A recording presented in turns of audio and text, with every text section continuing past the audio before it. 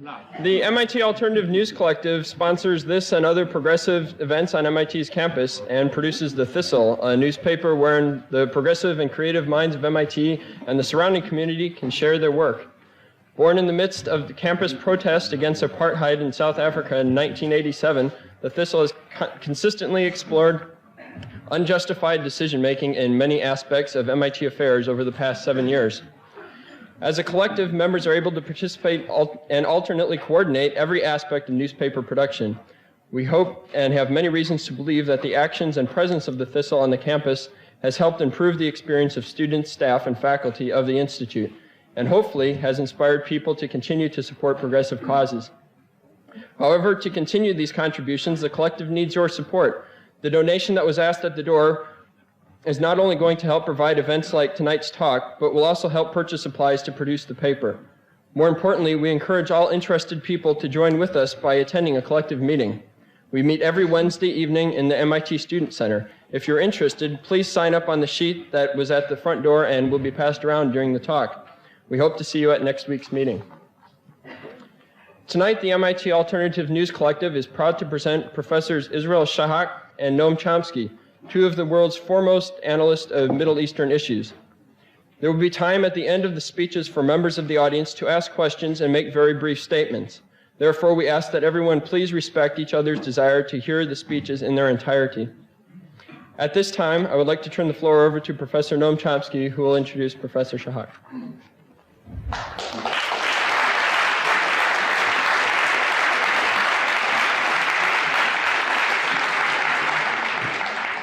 Well, my instructions about 15 minutes ago were to say a few things about Middle East and then to make a few words of introduction to Israel Shahak, an old friend. I realized on the way over that my files are full of fascinating and highly informative correspondence with him over many years, I guess about 25 years now.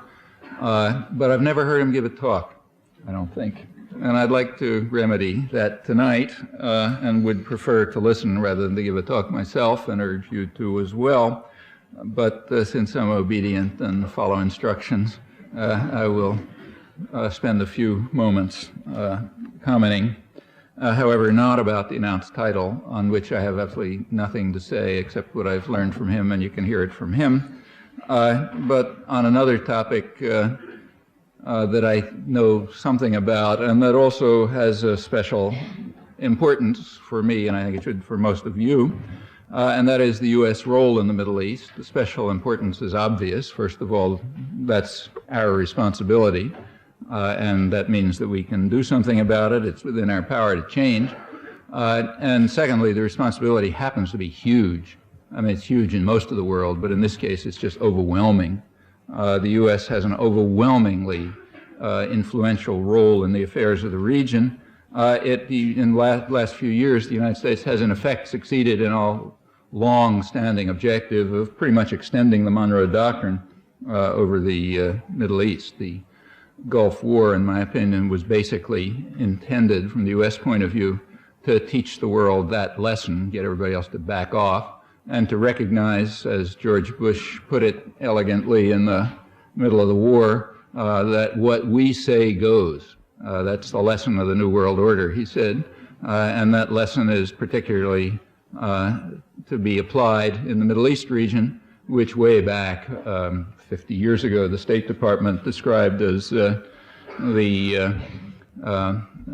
stupendous source of strategic power and the greatest material prize in world history, the greatest prize in the world in the field of foreign investment, and one that the U.S. was certainly going to take over, not because of the only because of the enormous wealth and profits from oil production and so on, but because holding that region is a lever for world control. And that was well understood, and it's fully explicit in the internal record. And it influences, of course, determinatively influences the policy record. Just in passing, I should say that in the older areas of the Monroe Doctrine, the question of other people getting in our way isn't an issue. So take, say, Cuba. The United States is now in what planners hope is the final stage of crushing Cuba, of getting them to say uncle, to borrow the words of George Shultz when he was referring to the Palestinians, talking to his boss a few years ago. He complained that the Palestinians were saying unk, and ol, but they never really came right out and said uncle. And for a real first-rate thug, you got to make sure that your victims, own up properly and do what you tell them. They've got to grovel properly, or else that the world doesn't learn the lessons about what we say goes. Cuba's got to learn those lessons too, and they have to suffer, particularly because they've been standing up and trying to follow a course of independence for 30 years. Just a few weeks ago, there was a vote in the United Nations, 101 to 2, condemning the latest phases of the U.S. Embargo on Cuba, specifically designed by the Clinton administration to block food and medicines. About 90% of what's blocked is indeed food and medicines, to make sure that plenty of children starve to death and so on. The vote was, as I said, was 101 to 2. The two were the United States and Israel. That's changed from the year before, when the United States also managed to pick up Romania. Now only Israel's left. And that has to do with the Middle East, in fact. One of the minor services that Israel is supposed to provide, this is only one of the minor ones, is to sort of make sure that they vote with the boss when it's necessary, and to support any outrage that the boss commits. And for that, they get a huge subsidy. I mean, it's no comparison in world affairs. And that maintains a wealthy but largely artificial society, very rich, but on a foreign dole, which you and I pay for. And that dole is, in fact, as well, Human Rights Watch, the leading international human rights monitor, a couple of months ago, published another book, in which they pointed out once again that U.S. aid to Israel is flatly illegal. It's in flat violation of U.S. law, because U.S. law quite explicitly forbids any aid, military or other aid, to countries which systematically torture and abuse their citizens. And this book of Human Rights Watch was just yet another extensive documentation of the fact that that's exactly what we pay for. However, we should point out that this is no big problem by the standards of international lawlessness, in which the U.S. is certainly a major player, and in fact well in the lead, I think. This is pretty small potatoes. Well, a few remarks about the U.S. and the Middle East. I won't talk about what's actually going on now. I think if you think about the background, it all sort of follows. You can almost deduce what's happening. The United States has a general strategic conception as to how to run the strategically most important area in the world and the greatest material prize in world history. It's one that the U.S. pretty much picked up from the British, who used to run the place before we kicked them out. The idea is that there's to be several layers of control. First of all, the big thing is oil, of course. So there has to be what the British in the old days called an Arab facade, meaning local managers who do our work for them and who we pretend are independent, because that's a way to sort of keep down, nationalist feelings and so on and so forth. But they're just an Arab facade. And as the British put it in secret records, now declassified, because back in the First World War, the British will continue to run the place behind various constitutional fictions, they said, like buffer state and other things. But that's the Arab facade. They have to be weak because we have to make sure that they'll do exactly what we say, or else we toss them out. So there has to be an array of local managers. That's essentially what the Gulf dictatorships are. They are local managers whose job is to make sure that the huge profits from oil flow to the West, not to the people of the region. That's crucially the case. British understood it. It's even more important in the last 30 or 40 years.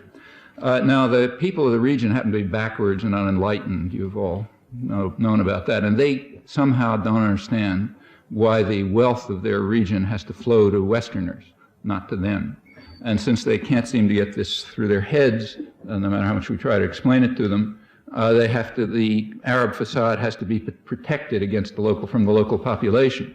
And for that, you need what the Nixon administration called local cops on the beat, local military forces who will kick them in the face if they get the wrong ideas, and if the local security forces can't handle it.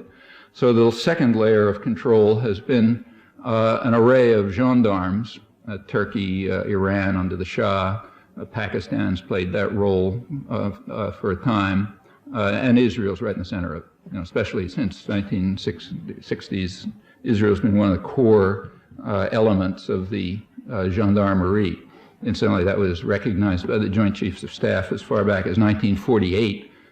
They were very impressed by Israel's military victories in that war, and concluded, again in secret documents now declassified, that Israel's could serve, they said it was second only to Turkey, they felt at the time, as a military base which could be used to project military power, particularly important now that the British were withdrawing from the region and the U.S. was moving in and needed its own local cops on the beat. Well, that's Israel's role.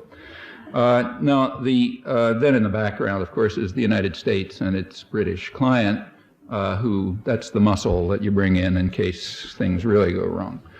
So that's the strategic conception. The rights that various participants have depends on their role within this framework. So the local Arab facade, these brutal dictatorships that run most of the oil states, they have rights as long as they do their job. I mean, if they ever try to get out of line, they'll be gone very quickly. It won't take long. But as long as they perform do their job the way they're supposed to, then they have rights. As for the local cops on the beat, same story. They have rights as long as they continue to do their jobs. If they get out of line, it's the end of their rights. The United States, of course, has rights by definition, so we don't have to ask about that. And Britain, too, as long as it's our lieutenant in the region. Well, you consider Israel and Palestine, the two contestants in the former Palestine, Israel and the Palestinians. Israel definitely has rights, first of all because of its local services, and also because it performs many other services, of which that vote in the UN is just a symbolic illustration, symbolic of much more significant things, like, for example, when the Carter administration, the Human Rights Administration, was prevented by congressional legislation from sending military aid to its favorite mass murderers in Guatemala. In fact, it did send the aid anyway, as later turned out, but couldn't send enough and participate actively enough in the mass murders that were going on there. It was possible to call on Israel to do the job for us. And that's happened all over the world. And that's a major service, quite apart from the regional ones. Incidentally, all of these will continue. They have absolutely nothing to do with the Cold War, and they will continue irrespective of the Cold War. That's propaganda. So that's Israel's rights, a lot of rights, because they do a lot of things, and that's essentially what the huge subsidy's about. Well, what about the Palestinians? You have to ask, what service do they perform to U.S. power? And the answer is none. Therefore, they have no rights. That follows just logically. Anybody who understands the least thing about world affairs recognizes that if you don't perform any services to the powerful, your human rights are zero. In fact, in the case of the Palestinians, it's worse. Their rights are actually negative because they perform a disservice. Their displacement and their problems and so on cause disruption in the region, and other people get upset. Not the leadership, like the Saudi Arabian elite couldn't care less, but the local populations do, and it makes them harder to control and so on. So the Palestinians, in fact, have negative rights. And again, that follows just by the normal calculus of world affairs. When you penetrate beyond the stuff you taught in school and so on, and you look what actually happens in the world, this is all sort of elementary. Well, from these facts, you can pretty much deduce, close to deduce, policy and the course of events, given who has the determinative role, and you can in particular deduce pretty closely the diplomatic record, which is quite straightforward. For the last 20 years at least, actually more, the diplomatic record has been pretty much like the lineup at the UN on the Cuba vote, U.S. and Israel versus the world. And there are good reasons for that. There are two issues that have been crucial, both of them related to UN 242, the main Security Council resolution having to do with the region, which is ambiguous in various respects. And two issues have arisen. One is the issue of withdrawal to the international borders. On that issue, the United States and Israel stand alone in opposing withdrawal. I mean, there are a few marginal exceptions, but, you know, in anybody who amounts to anything in policy formation, it's the U.S. and Israel versus the world on that one, and has been since 1971, in fact. Before that, it was Israel alone. And the second issue is rejectionism. The U.S. leads the rejectionist camp. And now, here I'm using the term rejectionism in an unconventional, non-racist sense. The West is so racist that the standard usage is fully racist and nobody even notices it. Rejectionism in the non-racist sense means rejection of the claim to national rights of either of the two contenders for national rights in the former Palestine, Israeli Jews and the indigenous population. But in the West, rejectionism simply means rejection of the rights of Israeli Jews. Rejection of the rights of Palestinians is not called rejectionism. It may be wrong to call that just straight race. Furthermore, nobody notices it, I should say. It's the fact that no one notices that it's a racism. The policy itself is understandable. If we were to use rejectionism in a non-racist sense, we would have to conclude that the U.S. is the leader of the rejectionist camp, and that doesn't look nice in New York Times headlines. So therefore, but that's the issue. The issue is rejectionism, and on that, again, it's essentially the U.S. and Israel against the world. Well, because of this, the U.S. has had to block every diplomatic initiative over the last several decades, fundamentally for these reasons. If you look, the U.S. has had to veto Security Council resolutions. It's voted with votes like 150 to 2 and so on, usual 2, in the General Assembly. It's blocked other independent initiatives, and essentially there's been no diplomacy. Incidentally, all of this has to be suppressed. And it is very efficiently suppressed in the United States. You just even try to find the basic facts, you know, you're going to have to go way out of the mainstream. Suppression of crucial elementary facts is easy in a highly conformist intellectual culture, and that's what ours is. It has really deep totalitarian strains, so you can throw history, you can murder history as much as you like, and nothing happens. This is one of the extreme cases, but the record is very clear. The current peace process, what's now called the peace process, if you look at it, the timing is quite significant. It began in Madrid in the fall of 1991, right after the Gulf War, that is, right after we had made it extremely clear to Europe and the Third World and everybody else that what we say goes. So get out of here and we're going to run it ourselves. And they understood. And that led to what is called a genuine peace process. That is one that the press and respectable commentators and so on can call a peace process, as they do, because it's unilaterally run by the United States with no one else interfering, and therefore the United States is able unilaterally to ram through its two crucial objectives: one, no withdrawal to the international borders, and two, no rights whatsoever for the Palestinians. And that's what we're watching unfold. Just follow the story day by day and you see it happening. Of course, you have to decode, but you know, you had to decode if you were living in Russia under Stalin too. You couldn't just take what appeared in Pravda and assume it was literal. You had to know how to read it, and the same is true here. Just a couple of months ago, there was an interesting article in Haaretz, the leading, sort of major U.S. journal, by somebody who a lot of you know, Tanya Reinhardt. Israeli journal. What'd I say? Well, Israeli journal. It's sort of, I sometimes call it the Israeli New York Times, but that's too insulting to Haaretz, so I don't like to call it that. Yeah. Actually, this was one of many articles that Israel translated and distributed, one of his many services to all of us. Tanya is actually an old personal friend, but also a lot of you know her. She taught here. She got her PhD here. Actually, some of her students are here. She had an article in Haaretz in which she described quite accurately what's happening. She said it's a mistake to compare. There's a lot of talk about how what's going on in Israel and the occupied territories is like the end of apartheid, you know, Mandela, all that kind of stuff. And she said that's completely wrong. It's like the onset of apartheid. It's like what was going on in South Africa in the 1950s when the vicious apartheid system was established.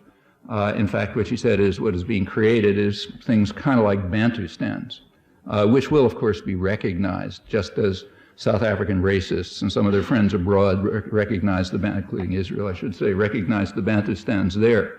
But in fact, what is being established is very reminiscent, very similar in many respects to South African apartheid, with the Bantustans, and I think she's quite accurate about that. Just in the last year, ever since the Oslo Agreements, Declaration of Principles, there has been about a 10% increase in Israeli control of land in the occupied territories. It's up to about 3/4 now. The increase in settlement is approximately the same. You're paying for it and I'm paying for it. All of this is funded by the U.S. taxpayer. Couldn't happen otherwise, which means they have to be kept in ignorance of what they're doing, because very few people would like it if they knew what they were doing, and indeed they are kept in ignorance. That's what people go to colleges like MIT for, to learn how to internalize the kind of values that'll make them play the role that's required in suppressing the crucial facts about the world from the mass of the population who have to remain in ignorance. So if we do our job, we faculty members, you'll be able to do this kind of stuff. There's a more general point, and that is that the United States and Israel, too, would like very much to formalize. There have always been kind of tacit relationships between the various sectors of control, like the, Saudi Arabian dictatorship and the gendarmes, Israel, and so on. And these relationships existed even when they were formally at war with each other. So there was a period when Saudi Arabia was formally at war with Iran and Israel, but it was actually very close to both of them. And of course, they have the same interest, controlling the population. And the leadership would like to raise those relations to a more formal, overt level so they can function more effectively. That's what the conference was about in Morocco the last couple of days, which has been all over the newspapers. Long-term goal would be to turn the region into something that's profitable. Much more, it's already extremely profitable for enrichment, but there's always more. And you want more enrichment.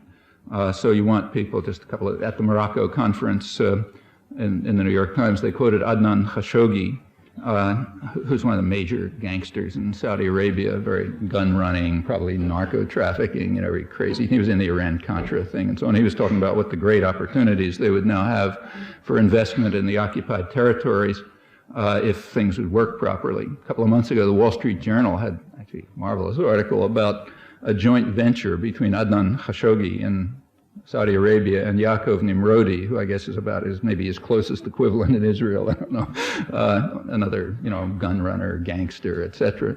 And they were setting up a joint venture, I think in Gaza or something, to try to see if they could make some money ripping off the World Bank and other people who are supposedly going to be pouring development funds into there.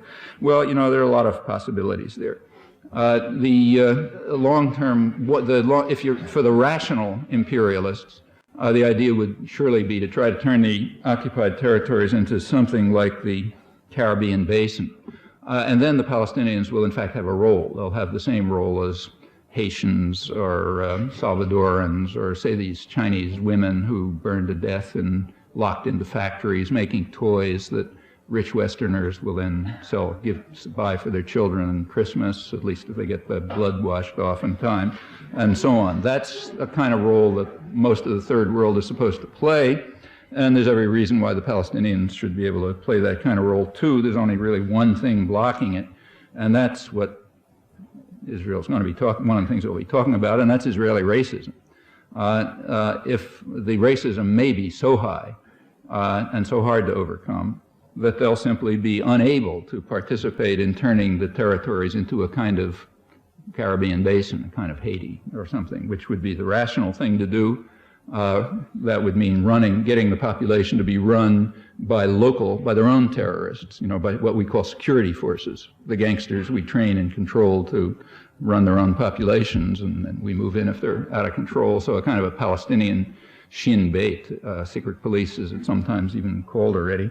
And then to move, as some Israeli industrialists have said, to move openly, to go from what they call colonialism to neo-colonialism. That would be the rational approach. On the other hand, I don't know if what will happen, but it's possible that Israel will choose a different course, which is to implement the thinking of the Israeli Foreign Office back in 1948, of course of the war, when they predicted, these I should say are the kind of doves, if you look at the spectrum, they predicted that I'm quoting, the Palestinians will die or turn into human dust in the waste of society and join the most impoverished classes in the Arab countries. Well, that isn't good for investment, but, has other benefits. As far as the U.S. is, there is, of course, a third possibility, that is that the U.S. could join the rest of the world and abandon its firm rejectionist stand and its opposition to withdrawal, then other options could open up, including longer-term ones, which might be rather beneficial to all the people in the region, if not to foreign investors. Well, as far as these options are concerned, I think for the United States it's a matter more or less of indifference. These are kind of details from the point of view of U.S. global planning. Sights are set much higher, and the fate of a little more human dust is sort of probably below the threshold.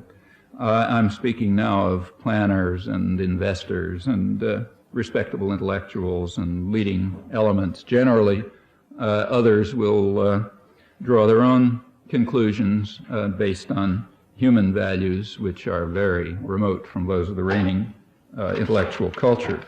Well, human values is what Israel Shahak has been defending with great courage and integrity for many years. He's formerly a professor at the Hebrew University, a well-known organic chemist, but he's known to us primarily not for his scientific work, but for his leading role, and absolutely leading role in fighting for human rights in that region and indeed anywhere. Over the years, I've had a lot of contact with human rights activists all over the world, and I can't think of many, if any, people who I would rank with him and the kind of work he's done. He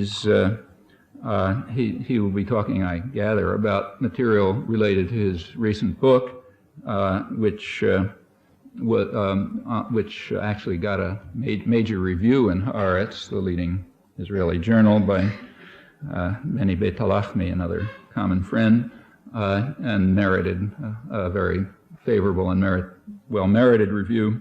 And I'd just like to turn it over to him, and now I can satisfy my curiosity and hear a speech, not just read a letter.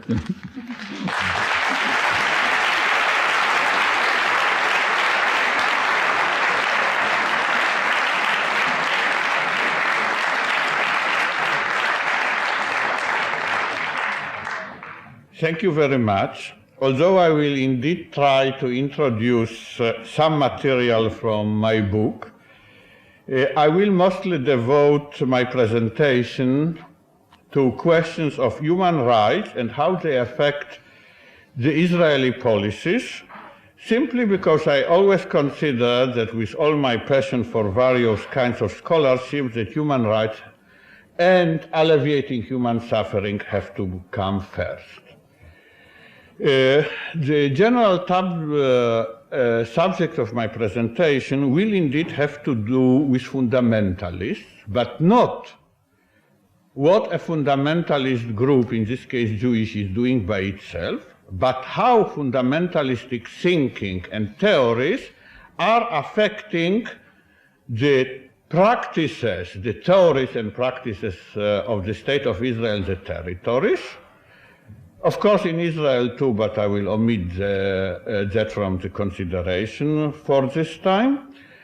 And how actually this ideology, which is strictly followed by the secular state for various reasons, is making the peace process, the Oslo-Cairo peace process, which is actually very profitable to Israel, and which is everything that Noam Chomsky has said it is, into by now something very unrealistic, meaning that there are, if a state is enslaved more to ideology than to profit, it cannot serve profit. You know, there is that great saying, you cannot serve God and Mammon. Maybe instead of God we should substitute other things in this connection, but certainly you cannot serve racist ideology, as I will immediately show, and conduct realistic policies in, let us say, which will bring investors to the area. I will begin with problem of land First of all, it came to exist after 27 years of occupation, and as it continued after Oslo, meaning in the last 14 months. At the time that Oslo agreements were signed, September 1993, about 70% of the West Bank and about 30% of the Gaza Strip came into possession, into ownership of the State of Israel. I will not discuss here for lack of time how they came into possession of State of Israel, just as I will not discuss how much of most of federal land in the United States became federal land. The most important thing for me is to say that officially, not socially, but officially, land which belongs to State of Israel is used only for benefit of Jews. Let me get it very accurate. When you read in your media about Israeli settlements, this is not correct. They are not intended for all Israeli citizens, of whom 17% are Palestinians actually. Let me add at this point that there are Israeli Palestinians who serve in the army, in fact in increasing numbers. There are Israeli Palestinians who, let us say, reached in the army the rank of colonel. Some of them were even governors, or usually deputy governors, of West Bank and Gaza Strip district. But the important point is that an Israeli colonel who is not Jewish cannot benefit from 70% of the area of West Bank and from the 30% area of the Gaza Strip.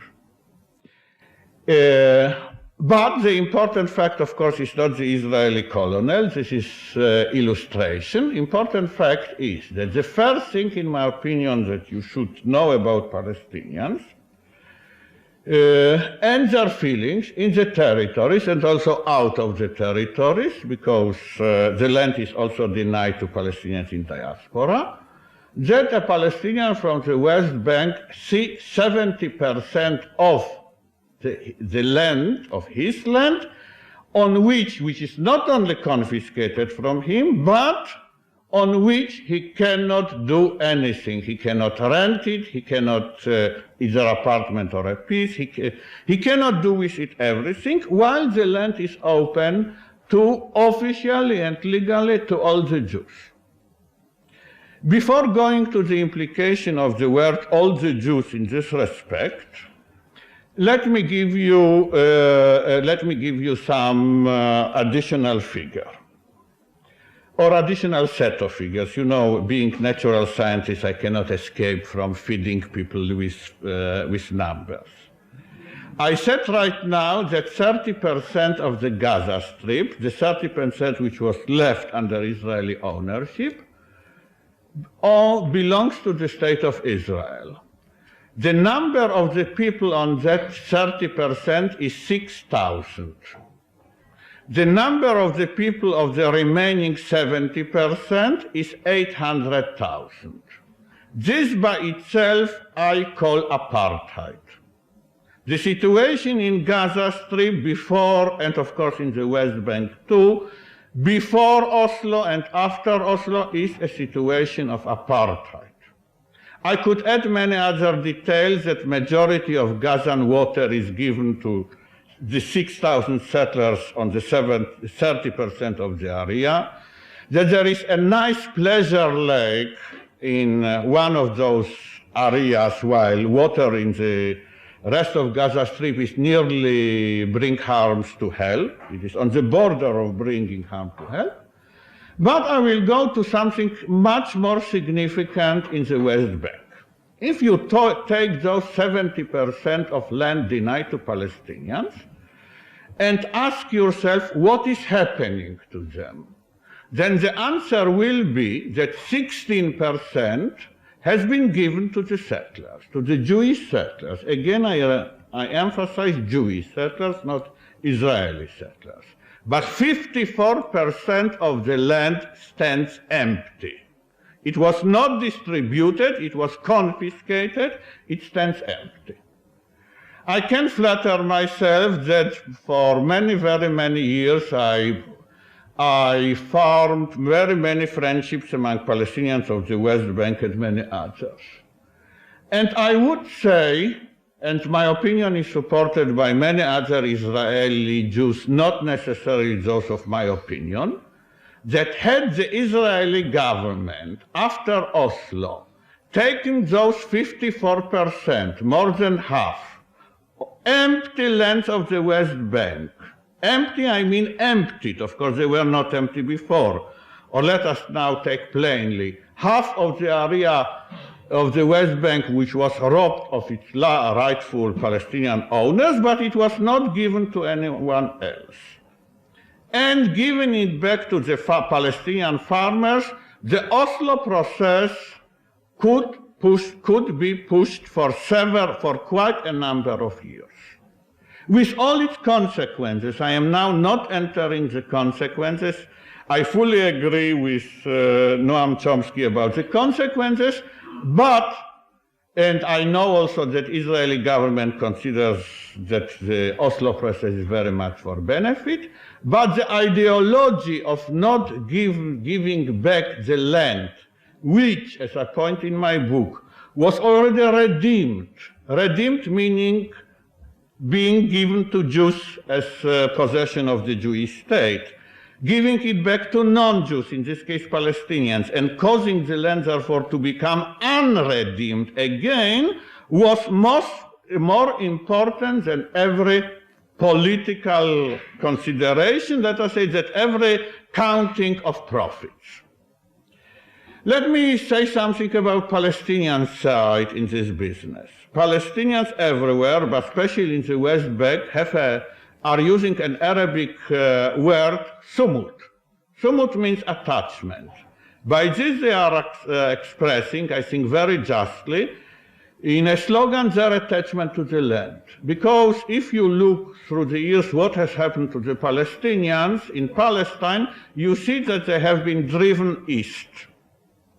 And what they desire, in my view, of course, which can be disputed or contested, but in my view, based on my very many Palestinian friends, is that the process will not only stop, but at least to symbolic or extensive sense reversed, meaning that after a process in which always Palestinian lands were being taken over and never returned, even if some of you know about the Israeli village Baram and Ikrit, I am mentioning you that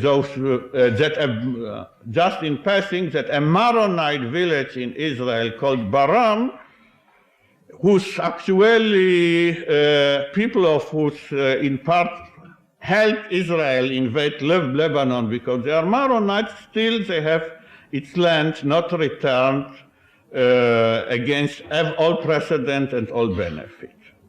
If therefore those empty lands, contrary to existing settlements in which, as let's say half realist, I admit, there would have been what is called trouble, opposition, demonstrations, and so on. There is always trouble in carrying justice when the robber already has something in his possession. But I am emphasizing something which would not have carried trouble except ideological trouble. And this didn't happen.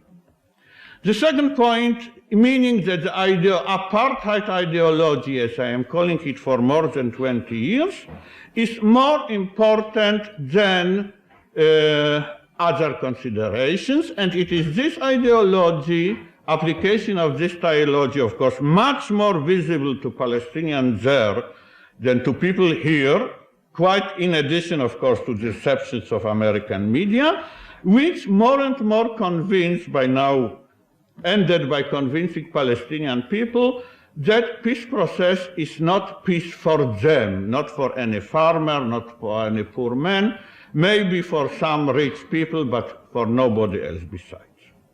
Let me take another point, water.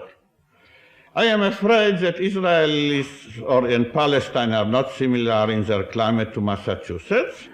they are more similar to Arizona and New Mexico, meaning that water is the crucial factor in agriculture and development of agriculture. The very first thing that Israel did in the territories in September 1967 was to impose a regulation, or two regulations really, one prohibiting Palestinians to drill or dig wells on their own private property. Let me get it clear, on the 30% of West Bank which still belongs to Palestinians, they are forbidden totally and completely to dig wells from September 1967.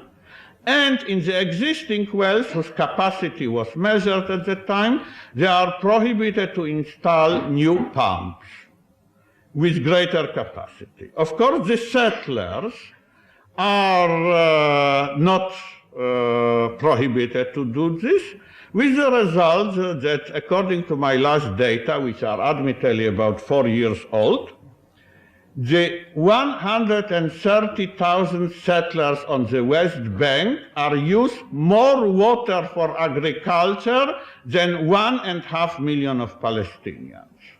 First of all, I call it apartheid again.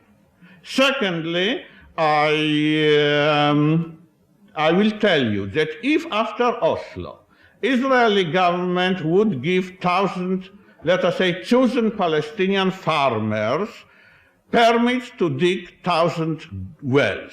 Let us say chosen by their, let's say, by their willingness to support peace process. But 1,000 Palestinian farmers. This would have be of enormous effect not only of those 1,000 farmers, but let us say on their cousins and second cousins, practically on all the farmers, because just in the case of land, and especially empty land, this would have shown that the process of not allowing development for one side and allowing it on other would be reversed. Now, apart, you can imagine there are very many other discriminations, or shall I say, manifestation of apartheid in the territories.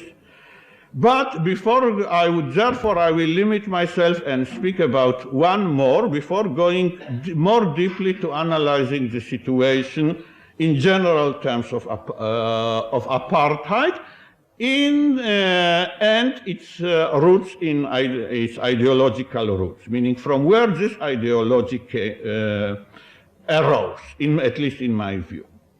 The additional factor that I want to discuss is so-called rule of law. First of all, contrary to most of the states of the world, whatever they are otherwise, and contrary to the state of Israel itself, the system of law in West Bank and Gaza Strip is not territorial. What it means, it is not territorial. Let us take the so-called state of Panama. I am not now discussing how it serves the United States' interest. I think I am agreed with it with Noam Chomsky. But I would want to point to you a fact which is different in Panama and in the territories. Let us say an American tourist goes to Panama City and commits a traffic offense. Let us say he is driving wildly or drunkenly. Of course, the Panama police will arrest him. Of course, he will be put before Panaman court. And I think that the United States in such cases will not protest. At least it didn't protest now. But in territories, there is no territorial law, therefore, like in Panama or even like Grenada. Israeli Jews, especially settlers, but all Israeli Jews, if they will commit an offense in the territories, including traffic offense, will be brought to Israel and will be judged within Israel by Israeli civilian courts. Not, by the way, by the Israeli military courts, which are judging Palestinians for any offense. meaning that even though the courts in territories are Israeli and military, in order to show the superiority of one group over another, the Israeli military courts in territories have till this very day not judged a single Israeli. They judge soldiers, of course, but not single Israeli civilian. Let us go a little more. Israel had, until beginning of Intifada, until, let us say, spring 88, a Palestinian force acting under its orders and composed of Palestinian policemen. In the beginning of Intifada, those policemen were compelled by pressure to resign.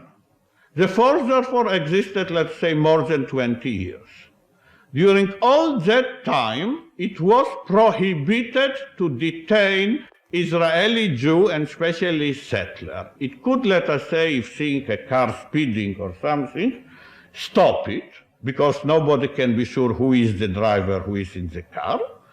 It could ask for identification card. On seeing the words Israeli and then Jew, the only thing that Palestinian policemen could say was that please wait until I call Israeli army or Jewish police, or if not, he could only write the number. The same thing was written into Cairo II agreement, which means that if Israeli Jew visits, as he can visit all the time, the autonomous Gaza Strip, let me say in passing that Palestinians who want to go out from Gaza to Israel need both Palestinian and Israeli permission. But Israelis who enter autonomous Gaza Strip need only Israeli permission. Once they get it, Palestinians have to admit them. So let us say such an Israeli Jew is admitted and he commits a traffic offense in the Gaza Strip. By text of Cairo agreement, the same racist thing, which doesn't exist in Panama or other places, Palestinian police that you hear so much about in New York Times, but of course not about this, we have no power to detain an Israeli Jew simply because he is an Israeli Jew. Let us go even more further on this law enforcement. This has even appeared in Israel, in American media, that Israel refuses to free certain categories of prisoners.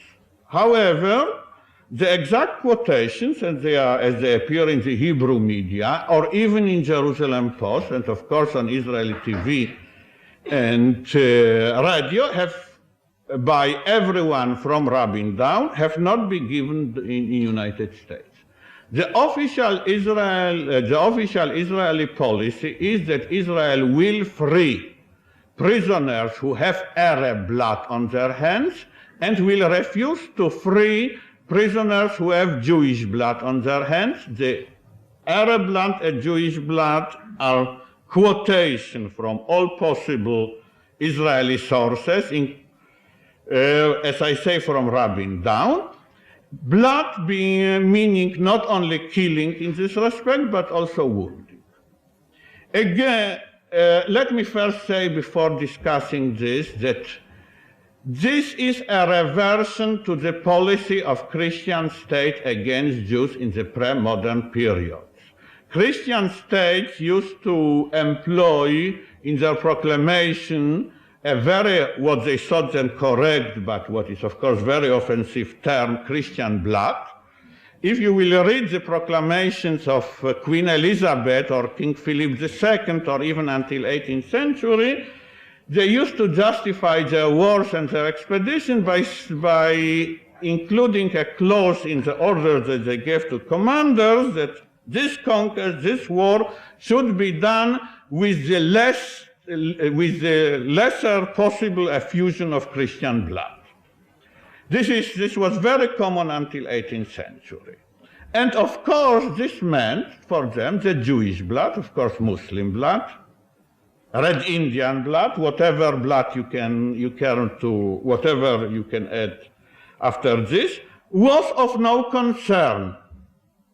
That a war waged, as it is very true, between Christian powers, if you look into history book, had different characters, officially different character, from war waged by a Christian power against a non-Christian power or non-Christian population.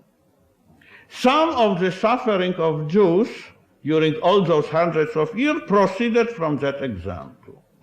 I am saying that we are doing to Palestinians, as my former example and this example show, more or less what Christians and to lesser degree Muslims have done to us. We are, of course, not the first who have done this. It is quite common that a persecuted group becomes persecutor. We have to inquire how it happens. We have not to close up it, but certainly the expressions used by Rabin and everybody else about freeing of Palestinian prisoners, the open expression about blood, Jewish blood and Christian and Arab blood resemble the expressions used by anti-Semitic regimes against Jews and all the others. But let us go a little further. First of all, let me tell you that because of this ruling criterion, what you hear that Israeli government refuses to free prisoners of Hamas and free prisoners of Fatah is simply not true. Fatah prisoners who happen to wound Jews are not freed because they have Jewish blood on their hands. It is as simply as this. Hamas prisoners, if they signed a simple declaration and they only killed Arabs, are freed. Third, and it is more important than even those considerations, the whole matter of freeing or not freeing prisoners is in realistic terms nonsense, because after Oslo, had they all been freed at once, as Palestinians expected, they could be easily arrested again. In realistic terms, as many realistic commentators, very far from my opinions otherwise, pointed out, the very best thing that could be done to push the Oslo process at once is to free all the prisoners, or at least 99% of them, 98% of them, and then use them while free as a bargaining power, which was of course never done. But there is something in Israeli policy in cases of taking life in the territories, which continues now for 20 years and more, which is in principle even more shocking and also exhibits, I think, the true character of Israeli regime more than the cases that I told you so far. It has been recorded very many times, I will say especially by the journalist Daniel Rubinstein, who is in Israeli terms quite a moderate, who, although I am friendly with him, let us say he's not of my opinion and I am not of his opinion, but who is very factually accurate. He repeated it again in an article written in Haaretz on 3rd of October, that according to open declarations of Israeli authorities, that for more than 20 years by now, in case of what is called murder not connected with security, meaning the usual murder, let's say, because neighbors are quarreling, because there are family reasons, because of any during a robbery, during anything not connected with security of the State of Israel, when the murderers are caught, and by the way, they are easily caught because both in Palestinian and Jewish society, such murderers usually give themselves up. They are duly sentenced to life imprisonment, but in case of Arabs in the territories, they are immediately freed and sent home.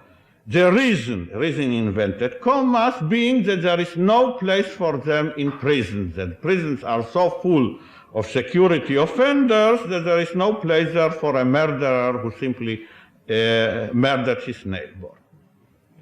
Now, this official policy means for me not only something which is very deeply shocking, but something that I am arguing for more than 20 years, that the Israeli rule in territories is not to be compared with the usual imperialistic rules. It is not a colonial rule. Of course, it is much worse, but the important thing is that it is different in kind. I don't think that you, at least I didn't find, but I don't think that you will find any colony in the 20th century or any state which has, let's say, neo-colonialist status, in which murderers who are already caught and sentenced are then sent home as a matter of policy. Which is, I think, and let me tell you that in my opinion, after all that I told you about apartheid in the territories, this to me is the most important mark of that apartheid, that even when a murderer is being caught, he is not being officially, as a matter of policy, punished. Let me now, before returning again to the subject of territories, say a few words about my views.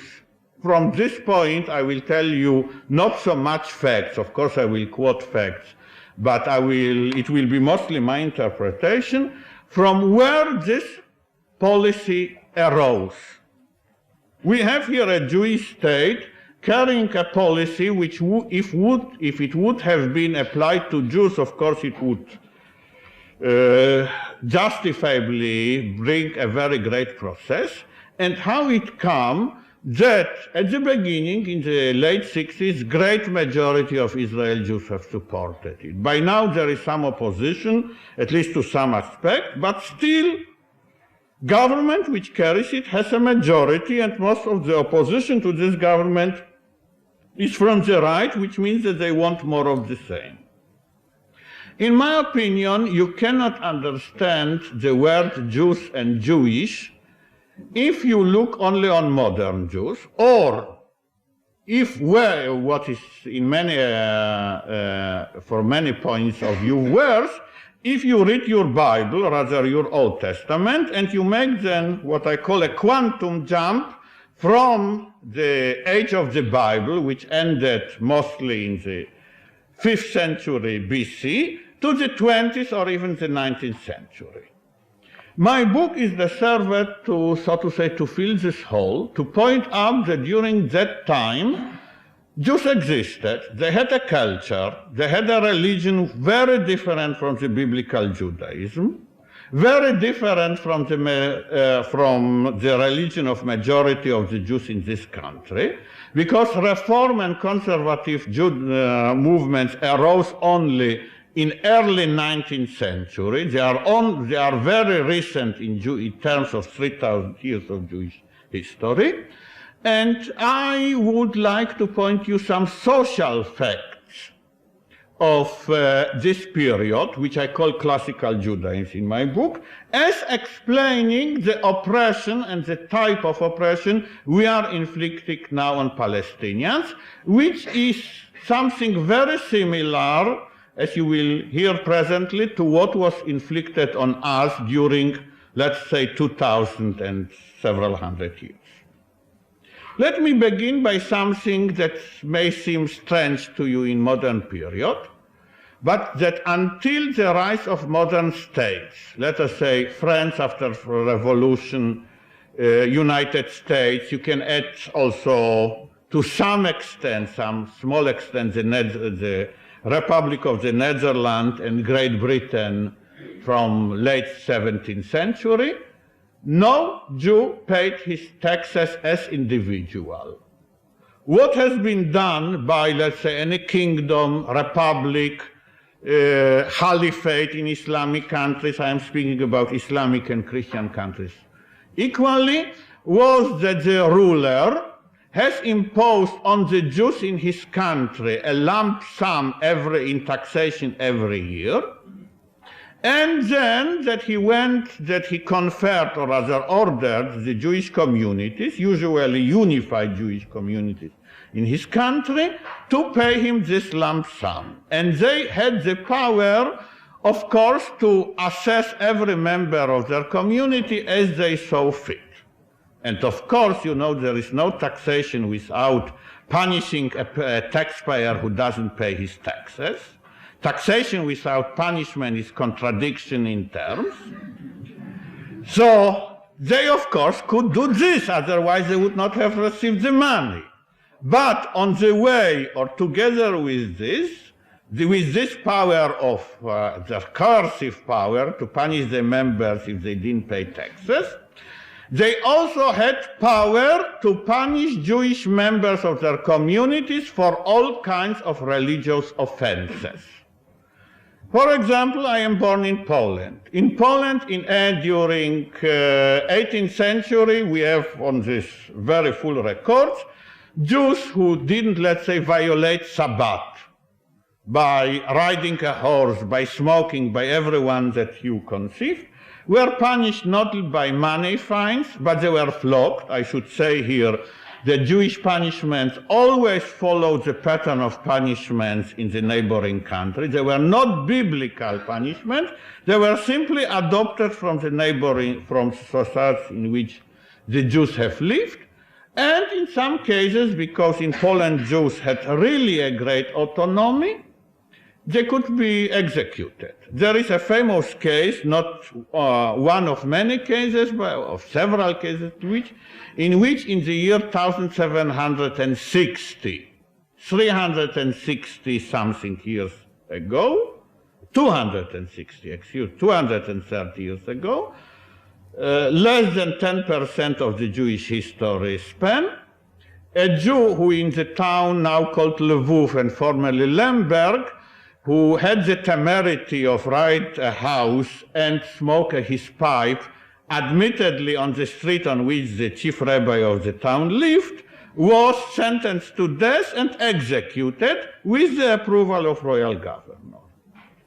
Therefore, we had a situation for more than 2,000 years in which Judaism in its orthodox form, because I again emphasize that Reform and Conservative and any other tendencies didn't exist, was forced on Jews by Jewish authorities, and those Jewish authorities, no less than, let us say, authority of Panama or of whatever country you care, of Saudi Arabia or of many other.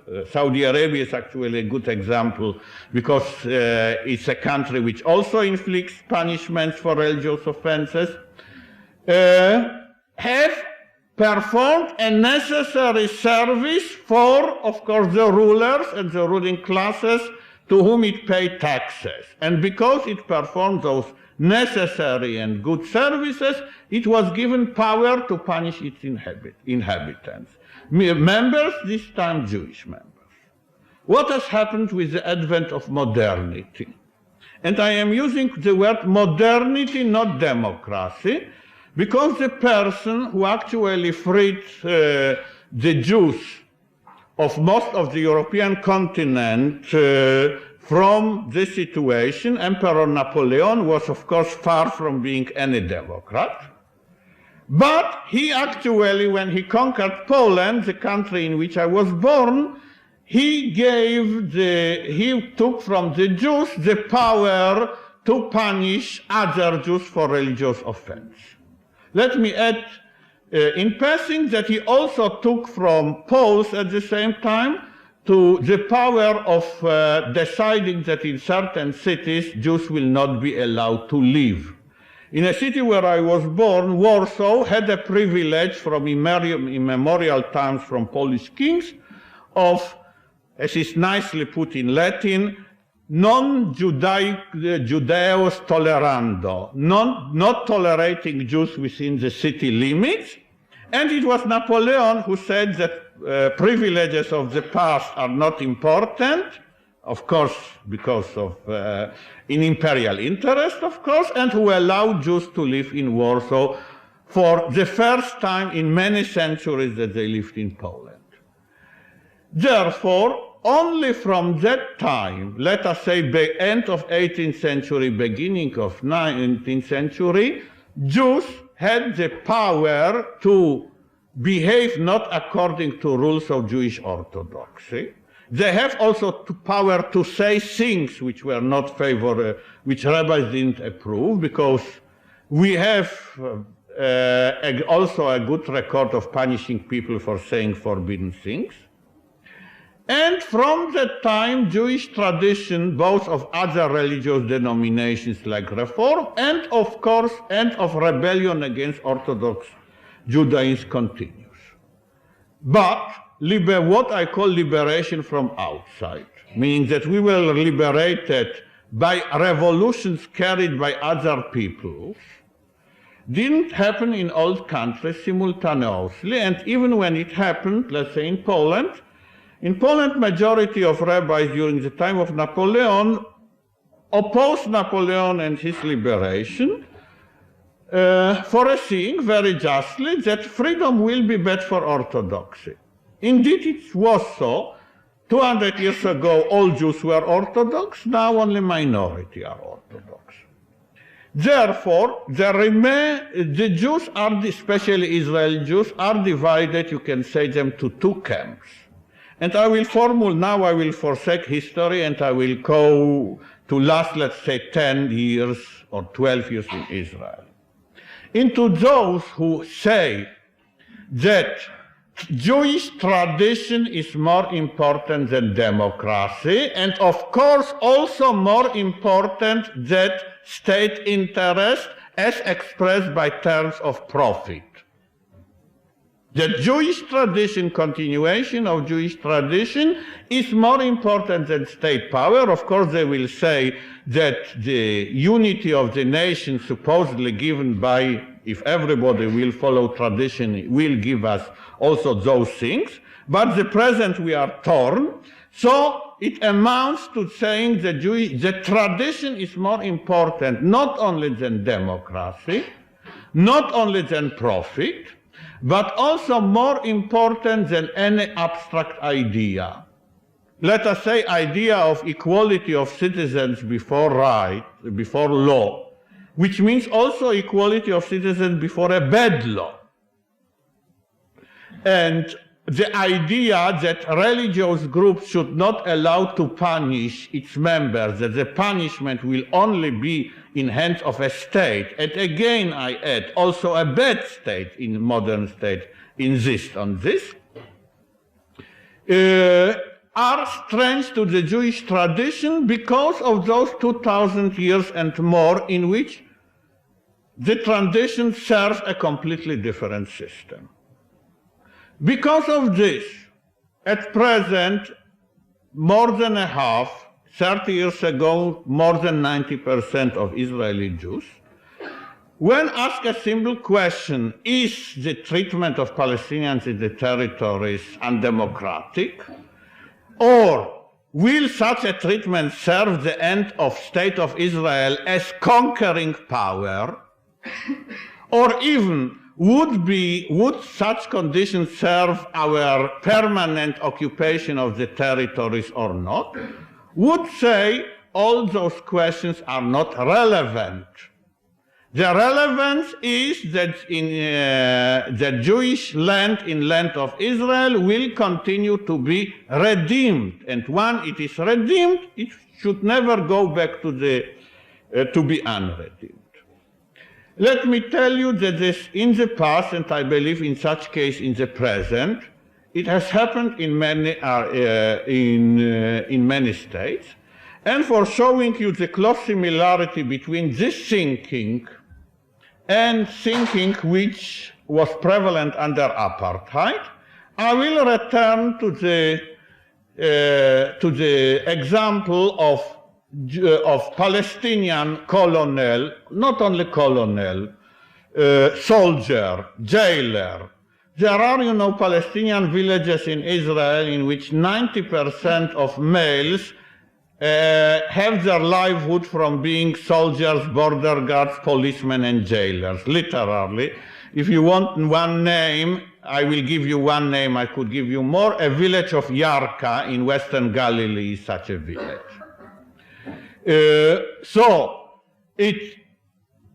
That we, in spite of this, we go and discriminate in such obvious manner such people who serve us, I mean State of Israel loyally. Is it in the benefit of the state? I will answer you by giving you a parallel. During most of the years of apartheid in South Africa, South African regime used black policemen. I believe all those who have interested in South Africa, both in reading about the country and both in seeing the pictures, have seen under a certain year in which there was rebellion was intensified, black policemen flogging and beating and enforcing other rules, other blacks. Nevertheless, I point to you that black policemen who used to beat other blacks were not allowed to live in Johannesburg. They had to be under the rules of apartheid exactly like every other black. They were not given the same privileges which, let us say, the French imperialist system gave to people who learned in Sorbonne and who were good francophones and who in other good French ways served the French interest. And in the same way, I point to you that there is the same thing in Israel. You can say that there is one difference between South African system and Israeli system, which is that the South African apartheid was based on color, while Israeli system is based on religion, and you can convert to Judaism. I will answer to you that in my opinion, as a Jew who in his own way, very critical way, but his own way, is very devoted to Jewish culture and Jewish tradition of 3,000 years. We indeed think that he is more devoted to those traditions in the better sense of the word than all the Orthodox rabbis take together, if you excuse me a little boast, that this makes the matter worse. Why it makes the matter worse? Let us return to the case of Warsaw, for so many hundred years denied in residence to all Jews. Let us add even the city of Paris. You may not know it, but Paris was closed to the Jews until the French Revolution. Only royal agents could obtain permission to stay in Paris, and only for limited amount of time. Paris, until 1789, was up from sometime in Middle Ages, of course, after the expulsion. Expulsion in the 14th century, was completely closed to Jews. Even when Jews were allowed to live in other areas and in France and to move around it. Let us say that there was a Jew, not very faithful to his tradition, maybe more dedicated to making good profits, and he wanted to live in Paris or in Warsaw. There was a way open to him, conversion. If he went to a priest, and of course in this case to Catholic priest, in other cases to a Protestant minister, and if he converted, at the moment of his conversion, he could live in Paris and Warsaw. In Poland, actually, through all the time of Polish Commonwealth, meaning to the year 1795, a Jewish convert automatically became a noble. So he had more privileges, of course, than even a burgher of the city, and of course more privileges than a peasant, simply because of conversion. What I am telling you, that the situation in the territories is exactly the same.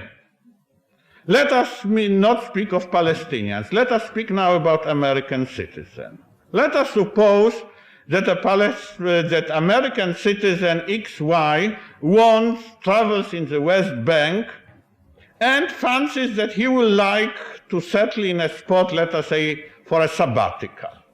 And let us fancy at the same time that I want for a year to cease to do what I am doing, and I want to take a rest among the snows of Alaska. Alaska happens to be 99% owned by the federal government of the United States. If federal official in Alaska will tell me, you, Israel Shahak, cannot rent this piece of land, after, of course, obtaining visa and everything, legal immigrant, I mean, or legal temporary resident, I mean, of course, this will be discrimination. This will be anti-Semitism. I don't have to tell you that many organizations in this country, even if it would be possible, will defend me. But if American will say the same thing about those not 70, 54% of area of West Bank which stand empty but devoted to Jews, then the official policy of the State of Israel is not to allow him unless he will convert. Unless he will do the same thing as Jews who, for whatever reason, because they were also sincere conversion, did before the modern period, and then they were allowed benefit denied to Jews themselves. So here you have in mind, because of the case of conversion, because of this exception to the rule, you have, it really shows how we Jews, and I mean first of all Israeli Jews, because we bear on this point, on this single point, I want a little to disagree with Noam Chomsky, that whatever the American responsibility, which I of course don't deny, the first and full responsibility of what is done in territories falls on us, Israeli Jews, because we accepted the American funding in the first place, so it makes us the fully responsible agent in this case. And we are, by imbibing, by internalizing the values of our oppressors, this is my view, are now doing to others what was done to us. I am, of course, parodying the text, but this is exactly my intention of doing. There is, in my opinion, only one way out of this impasse, and I have shown you that the peace process, which is based on apartheid, will never therefore succeed, because Israel will not even push it in the ways which are opposing the ideology which is followed by its rulers and by majority of citizens. Of course, there is a way, if the world situation will change, if you will change the policy of the United States, we will follow automatically. But I am pleased to say that in many respects a change was initiated in Israel, maybe not regard with Palestinians, on this I don't want you to have any delusions. 85% of Israeli Jews oppose formation of Palestinian state under any conditions.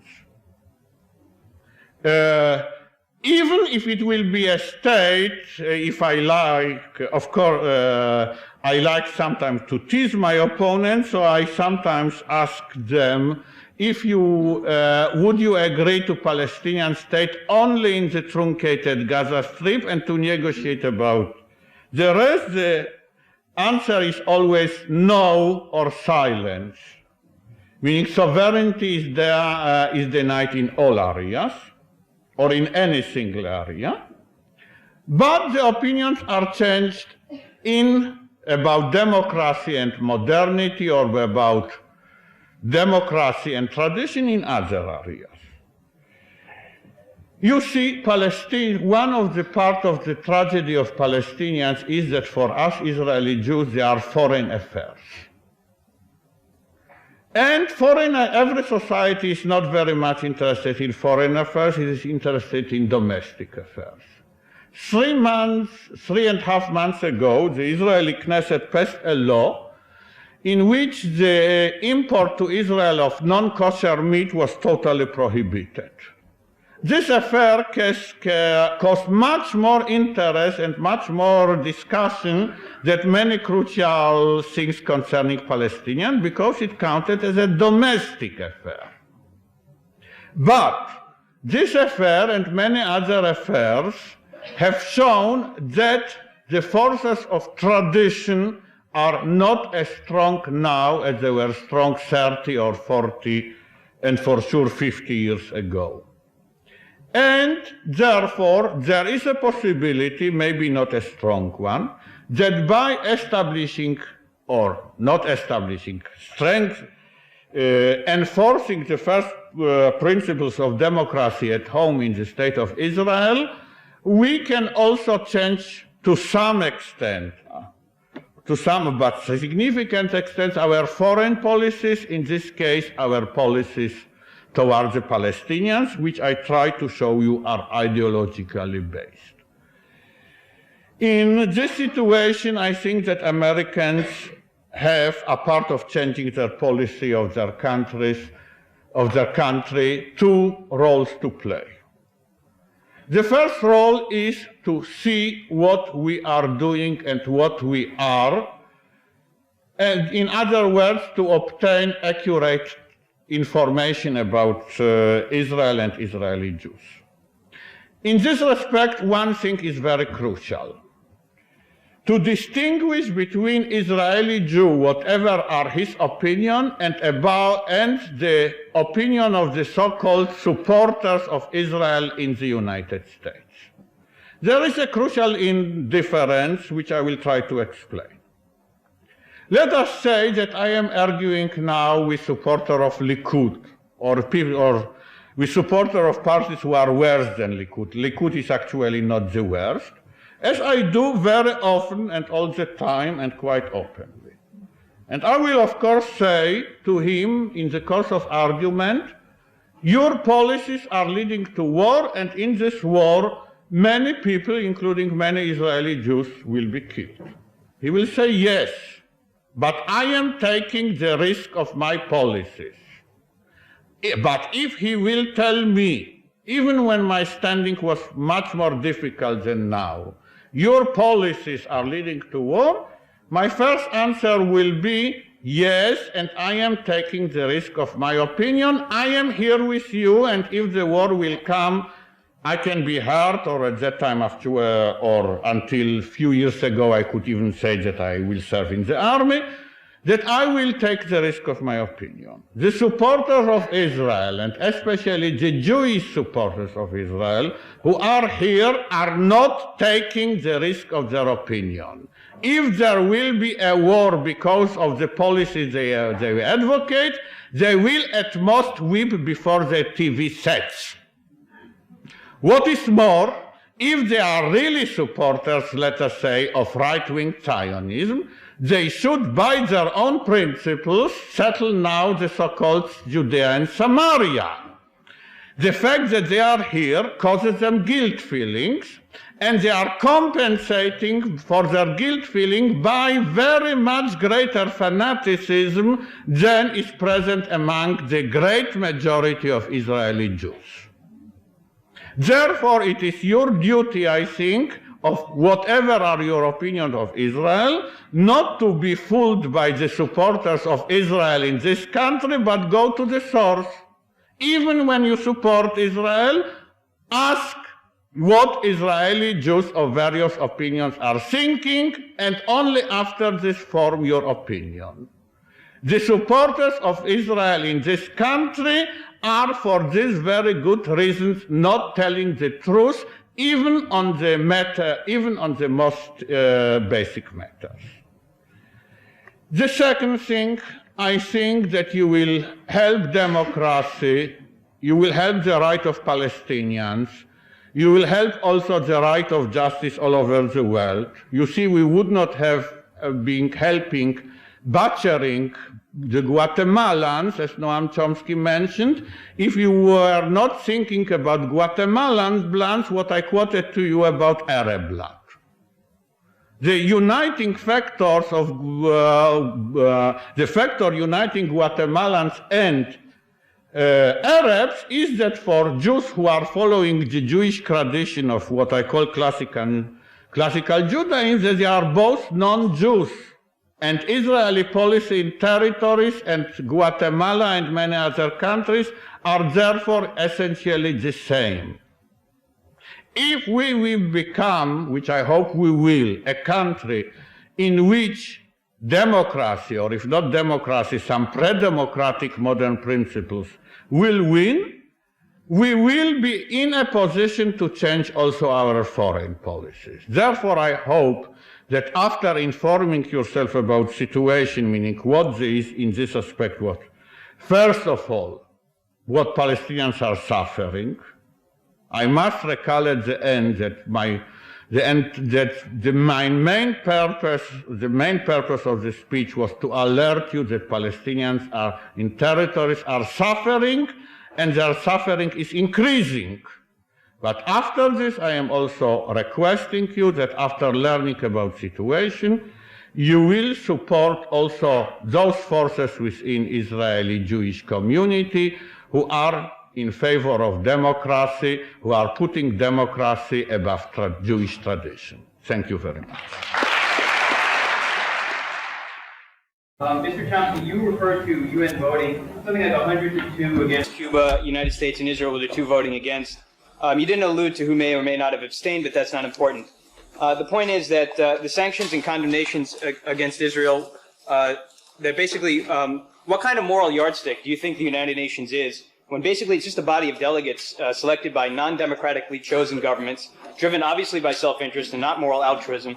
So how can we really judge Israel or any other country based up against the United Nations resolutions? That's the first question. The second one is you argue that the rich lifestyle of the Israeli society is essentially supported by the United States taxpayer. We know that it's something like $3 billion a year that the United States applies to Israel. That's about $600 per capita, enough maybe to buy a Nintendo, a nice stereo system, if you're not spending it on defense-related costs. The economy in Israel is about $70 billion. It's growing at about 7% per year. I really don't see how that's more than just a small subsidy at this point in time, and it continues to erode with time as well. How can you argue that the Israeli economy is totally dependent on Israel's support? Those are my two questions. As far as the United Nations is concerned, there were countries that abstained, all of whom condemned the United States. And we don't have to worry about the UN. We can ask about countries like Canada, England, and so on, and ask what their opinion is. I don't know if they're democratic by your standards, but if they are, they bitterly condemned the U.S. Embargo, and indeed, so did George Bush. In fact, when the Torricelli bill, which is what they're talking about, this bill which was designed to increase the embargo and to cut out about 90% of what it cut out was out food and medicine, it was vetoed by George. It was proposed by the liberal Democrats. It was vetoed by George Bush. The reason being it was so obviously contrary to international law that George Bush was opposed to it. When it came up in the United Nations, he passed it anyway because he was outflanked from the right by Clinton during the 1992 election. So they passed it. It was immediately condemned by our democratic allies, I should say, by the Western Hemisphere, of course. The British ambassador, who is usually at the UN, who's usually so loyal to the United States, he practically, I suspect he gets handed his messages from Washington. He got up and bitterly condemned it, though finally they abstained. They don't like to step on the toes of the United States that openly. So in fact, world opinion on this includes, say, Britain, Canada, George Bush, and so on and so forth. 1 billion people live in China. What do they think about it? Yeah, but we do know the voting record, and we do know what our allies, our democratic allies felt. They bitterly condemned it because it's so obviously contrary to international law. Okay, that's on the case of the 101 to 2 vote. There was one country that was willing to stand up against all of world opinion on this, including the democratic societies, namely our subsidized client. And that's true on case after case. For example, the United Nations the Security Council passed a resolution a few years ago calling on all states to observe international law They didn't mention any particular state in question, but everyone knew who they meant. It was right after the World Court had ordered the United States to stop its, as they put it, unlawful use of force, meaning international terrorism against Nicaragua. The U.S., of course, totally rejected the opinion. It then went to Nicaragua, then took it to the Security Council of the United Nations, which voted to call on all states to support international law. The U.S. vetoed it. It then went to the General Assembly, where there's technically no veto, and the General Assembly passed a resolution calling on all states to adhere to international law, mentioning no one, but the implication was understood. Excuse me a second. You asked your question, now I'm answering it. The U.S. was able to pick up one vote. Well, actually, the first time it came, the U.S. was able to pick up two votes, the United States and El Salvador, objecting to obeying international law. The second time it came, the U.S. was able to pick up one vote, Israel. And if we had time, I'd go on and on. Now, you know, if your standards are that the only expression of decent human opinion is the state of Israel and the U.S. government, yeah, you have a position. If it's anyone else, if it includes, for example, the votes of Canada, England, France, Germany, on and on, say that you should uphold international law, if it includes the World Court, then I'm afraid you're off the wall. On the second issue, if you want, first of all, the $600 a year is absolutely not true. U.S. subsidies to Israel amount to, at the very minimum, $1,000 per capita. Israel gets more from, and that's at the minimum if we don't consider subsidiary costs. Like, for example, one subsidiary cost, which is not counted, is contributions to Israel. You can give money to the Jewish National Fund in the United States and the United Jewish Appeal, and that's tax deductible, meaning everybody in the country pays for it. And that money goes for the kinds of things that Israel Shahak was talking about. For example, if you look at the contract of the Jewish National Fund with the State of Israel, originally signed in 1953 and then renewed, what it says is that the money that they spend can be used, I'm quoting, for people of Jewish race, religion, and origin only. Okay, American taxpayers are therefore paying quite substantial sums to the State of Israel to a quasi-official agency. Israel likes to farm out these activities so that they don't literally fall under the government, which is then used for the benefit of people of Jewish race, religion, and origin. And we can go on with that. If you want an authoritative analysis of the effect of this from a very pro-Israeli scholarly source, you can turn to down the river to Nadav Safran. I guess he's originally Israeli, judging by, I don't know if he is or not. He's an Israeli scholar who was a major Middle East scholar who wrote one of the sort of standard works on the United States and Israel, standard scholarly works. And he points out there that up until the time he wrote, I forget what year it was, he says all of Israel's capital formation came from external sources, meaning basically the United States, a little bit from German reparations, but primarily the United States. And that was long before the major contributions. That was before U.S. so-called aid to Israel shot up in the 70s. In 1978, Jimmy Carter raised it to literally 50% of total U.S. aid. In fact, if you cut out U.S. aid, the United States happens to have the most miserly record in the developed world in foreign aid. That's literally the case. But if you cut out the aid to Israel, a rich country, the U.S. isn't even there. It's kind of like around Zambia in absolute terms. This is a huge flow of aid. There is no country in the world that gets a fraction of it. Sometimes Israel's called it like a State of the Union, but that's wrong because there is no State of the Union that even gets a fraction of the contribution that comes from the taxpayer to the State of Israel, and that's an enormous factor in their economic growth. As I say, Safran called it equivalent to entire capital formation. That's why Israel's a rich country. There's been a request for people to ask their questions from the first step. That way they can be on the video and audio tape. By the way, Nadav Safran hosted a conference on behalf of the CIA. Please stand in line if you're going to make a statement, please. It's just a sidelight about Nadav Safran.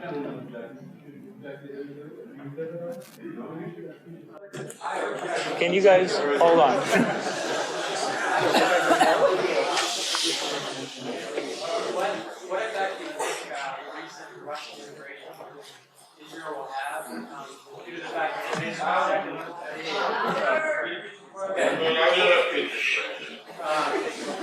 What effect do you think Russian Yes. will have, since many of them are secular and some of them are believed to not be Jews, on the sort of state ideology of Israel? Yes, first of all, it did have a great effect. Only the emigration has ceased about 2 years ago. The emigration,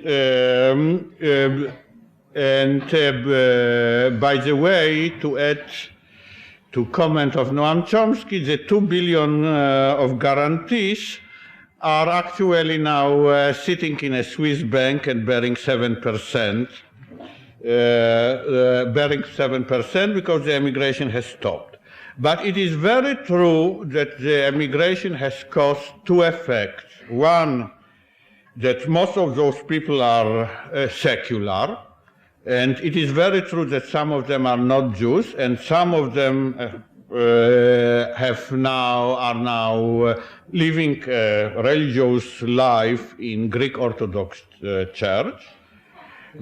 Yes, there are now two churches in Israel who call themselves Jewish Christian churches. One is the Greek Orthodox, it's another Catholic church who say Mass in Hebrew and regard themselves as Jewish Catholics, but I don't know what the ideology and government will do with this.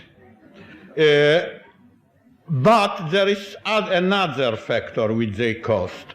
They are very poor by now, because Mr. Rabin happens to be the prime minister who is the most devoted to the economic ideas of Mr. Reagan, more than I would say Mr. Shamir before him, and more before any other prime minister. Let me just point in substantiation of the fact that during 2 years and few months that Mr. Rabin is prime minister, the average price of housing in Israel rose by 56%. Imagine such a thing happening in... because of this, you have a conflict between their secularity and their being abjectly, to great extent, abjectly poor.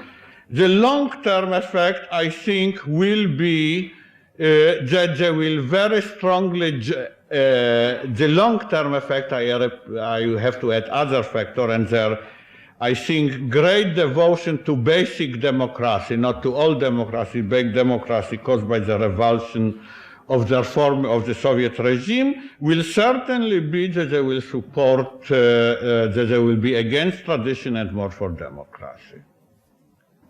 It's been requested that the questions be paraphrased or... Very well, I will pass.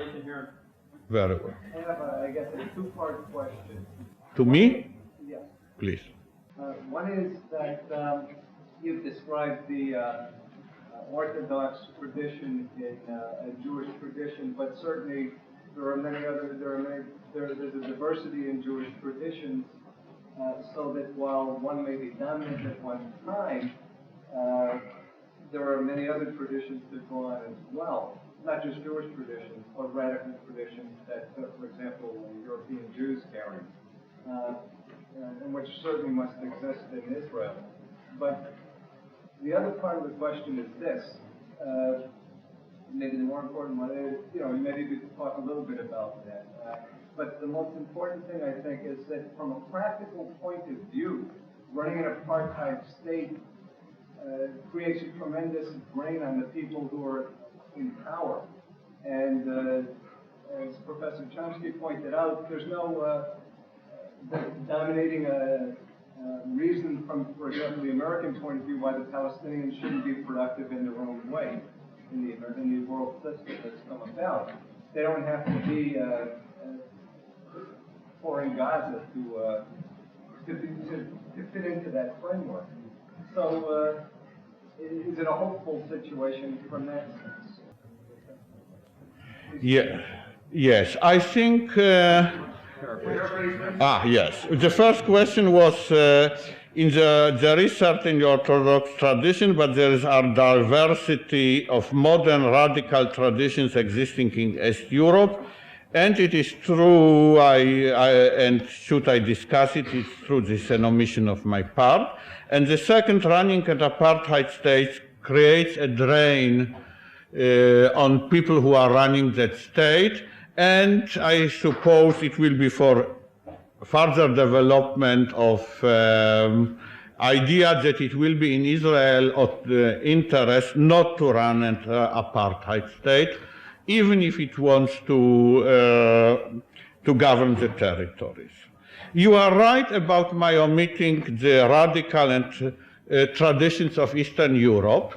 This was because of the demand of time. I jumped from orthodoxy, which I said was universally ruling the Jewish people until about 200 years ago, and I omitted the revolt against, I said about something about reform and conservative, but I omitted the fact that certainly there was a Jewish working class movement, there were many parties, there was the whole literature created in Yiddish and in Hebrew in Eastern Europe is rebellious literature.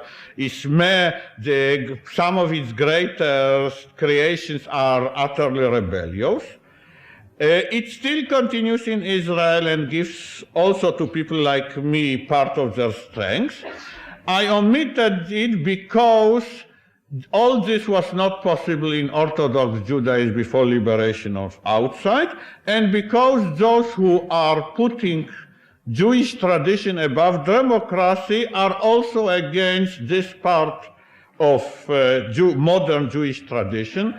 They are, to give you only American example or something conflicting between America and Israel, the famous play Fiddler on the Roof has been really, in my opinion, falsified from a wonderful book of Shalom Aleichem, a wonderful writer in Yiddish whose work are faithfully translated into Hebrew and which are known by every lover really of Jewish culture and of both literature.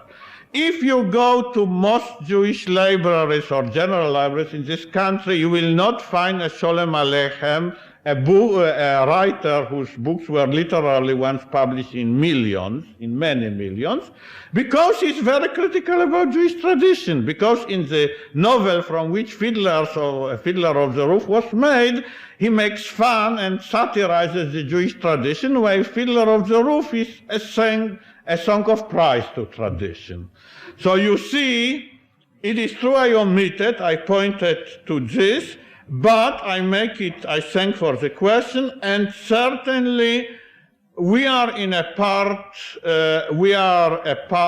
continuation of this tradition, but in the form of which it was replanted in Palestine, this critical and radical tradition carried a flaw. A flaw meaning that the idea of Jewish rule, Jewish full possession, I should say, not rule, ownership of Jews, of all the Jewish nation of land of Israel, was taken by the first settlers and by Zionist movement straight from tradition, jumping over all those radical and very positive tendencies.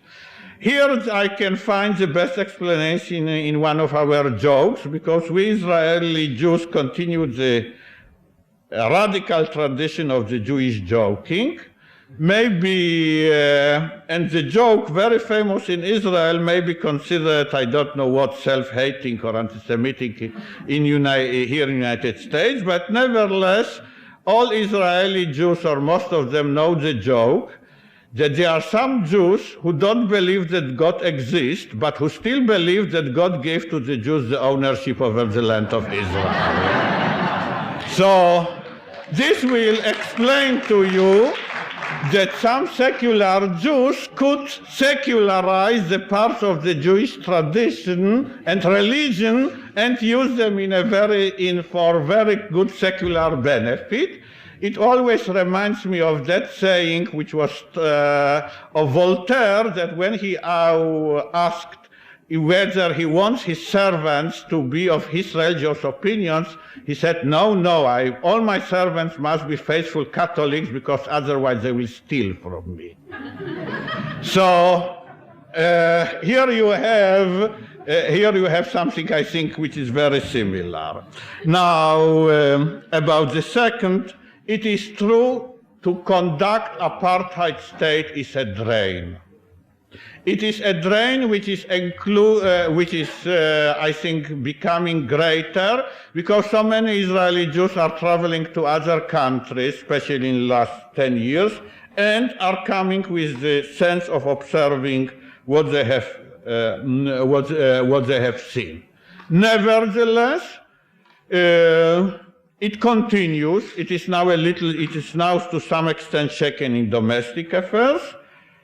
It is a drain which on the other part has a satisfaction in the totalitarian mental attitude peculiar of a true believer. A true believer which believes in all this is like in case, of course, of Christian true believers, Muslim true believers, Buddhist true believers, every communistic true believers in the same way, has the sense that he has all the answers from the past. Wise men of the past have decided what is correct. I simply have to follow. I have my own interpreter. I am very much afraid that this feeling of happiness and certainty can compensate for the drain. In this case, a short statement, but you're more than welcome to respond. As much as I dislike to disagree with a lot of the statements you made about Israel, I think there is a half-truth or completely non-truth.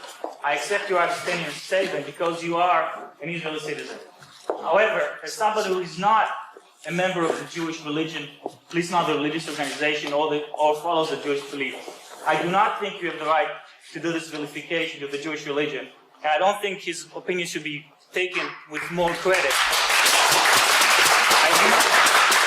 I do not think those opinions can be taken with more credit than the opinion of members of Operation Rescue on doctors who perform abortion. Thank you. Thank you.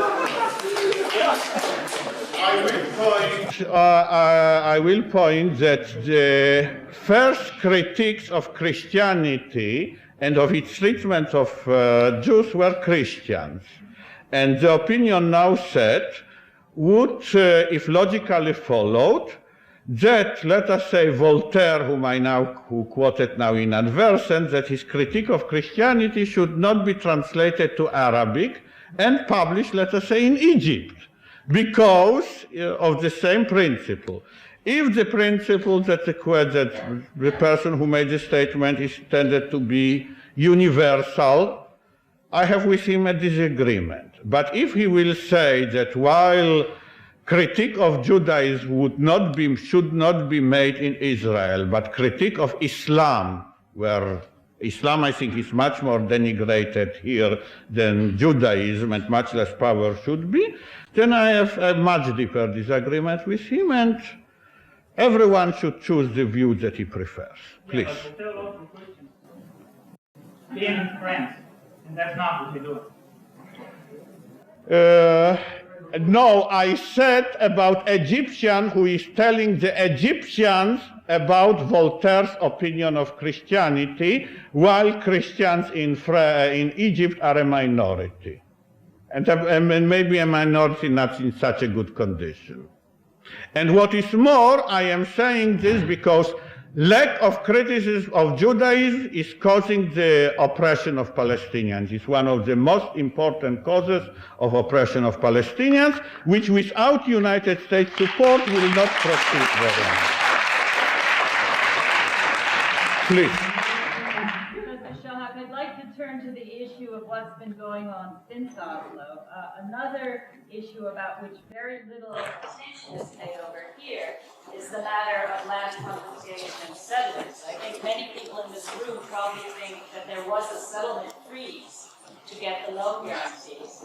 Now, I'd like you just to say something, if you would, about the distinction which Prime Minister Rabin drew between political and security settlements.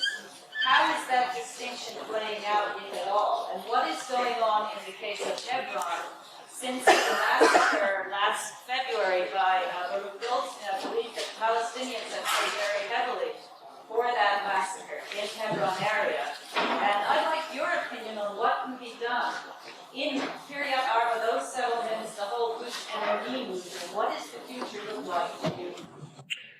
Yes, the question was what is happening after Oslo, particularly in terms of land confiscation. What is the fate of settlement, whether it increases or not increases, and what the settlers are doing in Kiryat Arba and otherwise. There are more land confiscation. Land confiscation is going on after Oslo all the time as well. In fact, it's increasing. I didn't mention it because I think that if the amount of land confiscated will increase from 70 to 71% or 72%, it will not be a great difference. I think that the fate of empty lands is much more significant. I am, of course, very aware of the suffering of persons whose land was confiscated, but I think that the most important problem is to see this, in general terms, and in terms of apartheid. Additional confiscation of land are additions to apartheid, and it so should be put. The important fact is that apartheid exists. Now about the settlements. Actually, there was a limitation over settlements, and it was due to Mr. Bush. A few months after attaining power in September 1992, Rabin visited Bush, and they came to an agreement in which agreement which Rabin accepted only after some strong pressure from Bush, that the settlements will be divided, that first of all, no further settlement will be established. This was a great concession, maybe not important in apartheid terms, but under Shamir and Sharon, of course, many settlements, maybe not effectual, maybe not this, but new settlements were established all the time. From that time, the settlements are divided into two parts, political and non-political. In the so-called non-political settlements, as agreed between Bush and Rabin, settling goes on as settlement expands, but no new is being built. And in the other category, Israeli government ceased to give the enormous support that it gave formerly. It does give quite a lot of money, but I think that most of that money in the year after Oslo is being spent on demonstrating against Israeli government itself, as fully documented by Hebrew press, and not on the settling purposes. About Kiryat Arba and the settlers and what has been done now, I will say in general terms that the situation in Hebron has not become better, and that I can refer you to a long article about this, which those of you who receive my translations, whether directly or through from my publication here in the United States, can read it for themselves. But I will also tell you that the oppression of settlers in Hebron and Kiryat Arba are a minor part of oppression carried by Israeli army. That we should not remember that the main work of oppression is carried by army and by Israeli soldiers and reservists, and of course by the civilian authorities of the state, the civilian administration and so on. It is the state that oppresses. It is true that the state is using the settlers, especially around Hebron and Kiryat Arba, in additional oppression. And on this I will only answer the question in one respect, which will, excuse me for being selfish, emphasize the point that I made about the rule of law. At the beginning of this year, in January, there was a discussion in Israeli media, in radio, press, and television, what Israeli army can do when a settler from Kiryat Arba points his gun at a Palestinian with intention, possible intention, to shoot at him. A colonel from Israeli army, stationed actually a deputy commander of brigade stationed in Hebron, appeared on Israeli TV. His words were then reproduced by Hebrew press, and said, if I will witness such incident, the only thing that I can do is to run as quickly as I can and to shield the Palestinians with my body, because the standing orders of the Israeli army prohibit me from doing anything else, prohibit me, let us say, from disarm the settler before he fired. After he fired and wounded, he can be disarmed, but not before this. This is, of course, I really don't need to emphasize that in case of a Palestinian shooting at anyone, of course, the directions are quite different. This will show you how the rule of law, even in the most basic sense, doesn't exist in territories officially. After the Shamgar Committee report, which condemned this order and asked that it will be abolished, practically nothing was done. Not so much because settlers are powerful, but because this order is one of the outward signs of the apartheid. Please. George Orwell once noted that omission is the most potent form of the lie.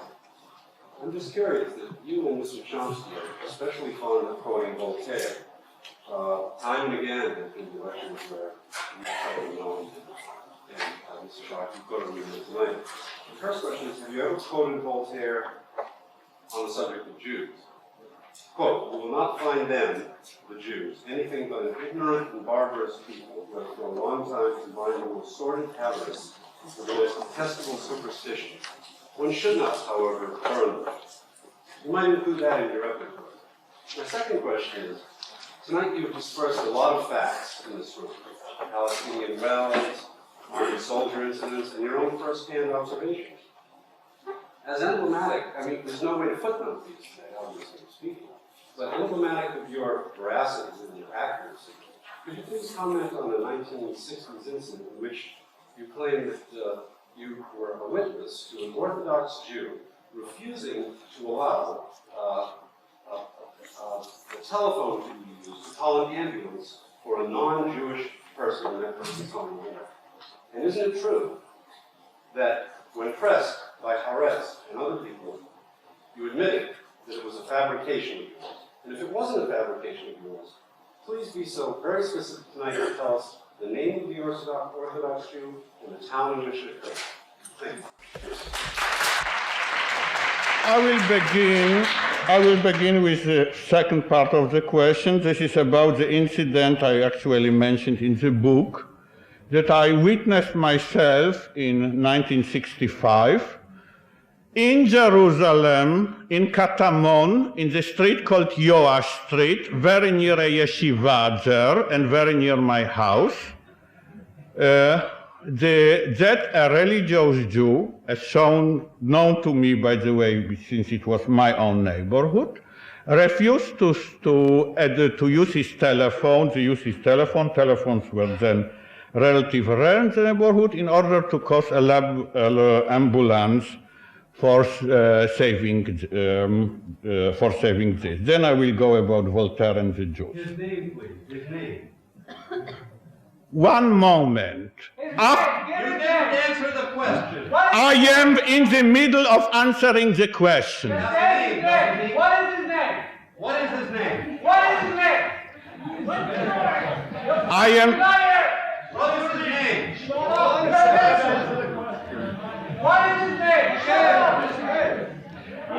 After witnessing, I am answering in my own name, and I am not used, especially in Israel, to submit to Jewish Nazis.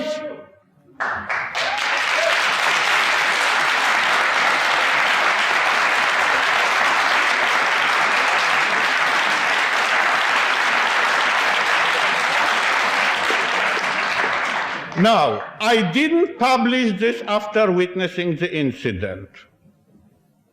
I went first to the Rabbinical Court of Jerusalem. I obtained from the Rabbinical Court of Jerusalem a statement that a Jew should not violate Sabbath in order to save non-Jewish life. With this statement, I went to Haaretz, not with the incident. And I made scandal not about the incident, but about a statement of Rabbinical Court of Jerusalem signed by 3 rabbis. This was the scandal. It is not true. Immanuel Jakobowicz, which somebody quote here, is a well-known liar. And because of this, he was chosen by Margaret Thatcher as her great supporter. Because this, he was made a lord.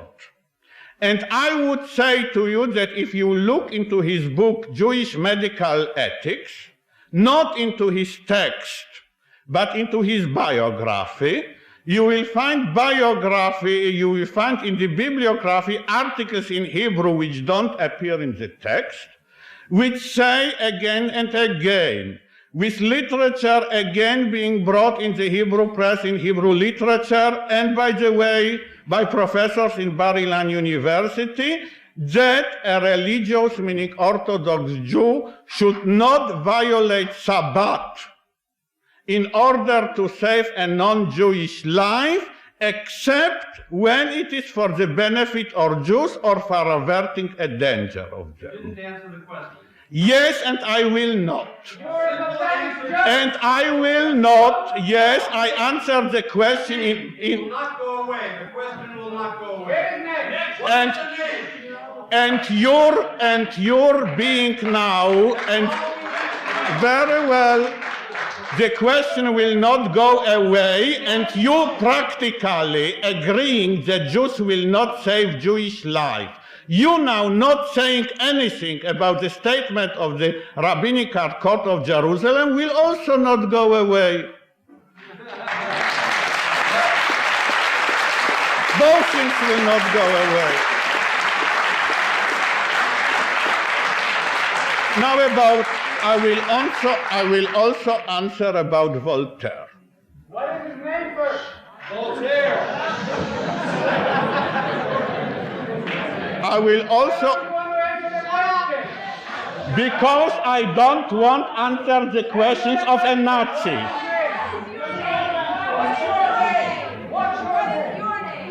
What's your name? And by the way, if in saying about the name, why the cowards who published this about Noam Chomsky and Israel Shahak didn't put any name to this? If they are speaking of...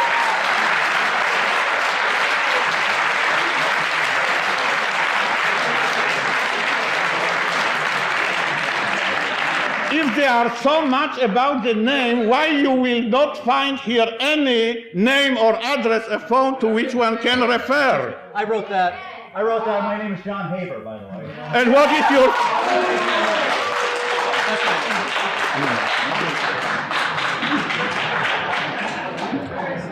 Now about Voltaire.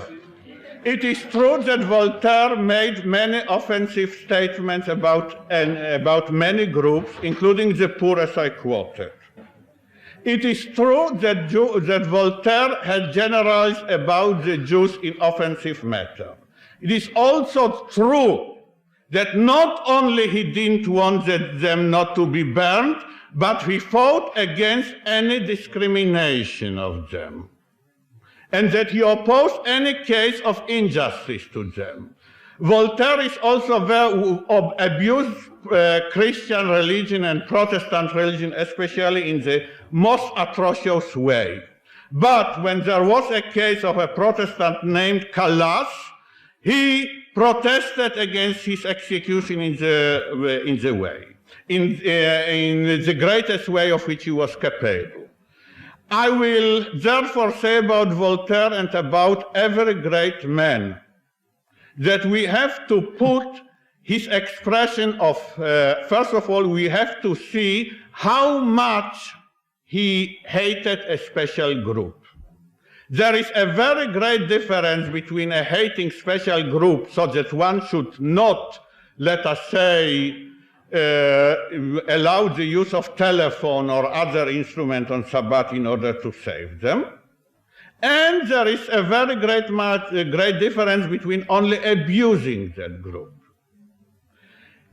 I am afraid that abusers of human groups will exist in every society. What I demand, I didn't speak to you one word about those who are worshipping Goldstein.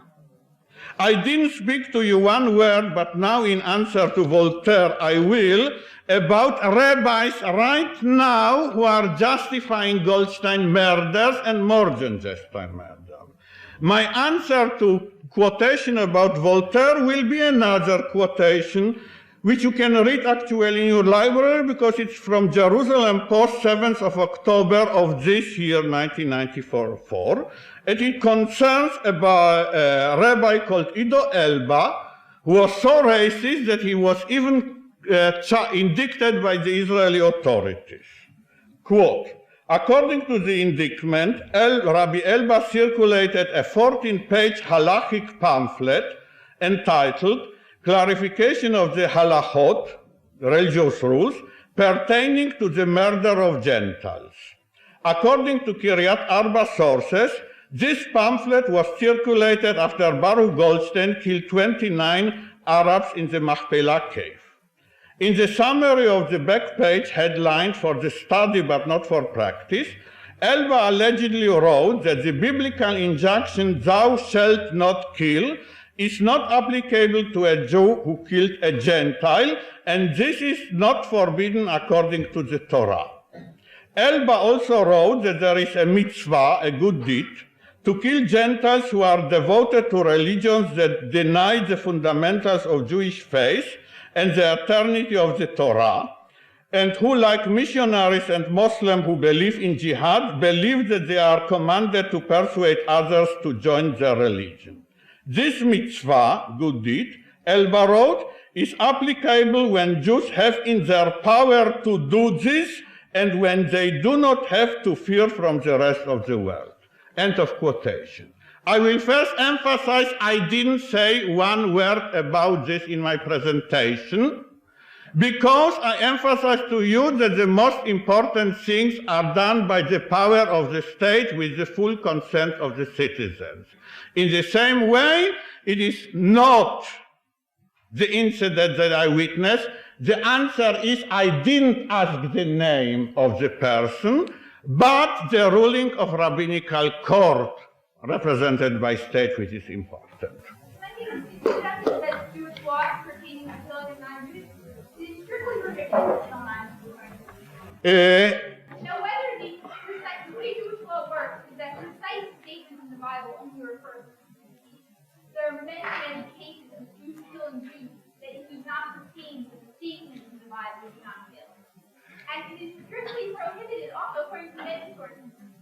You have to save lives on Shabbat. There is a problem. There are many problems with violating the prohibitions of Shabbat pertaining to saving anyone's lives.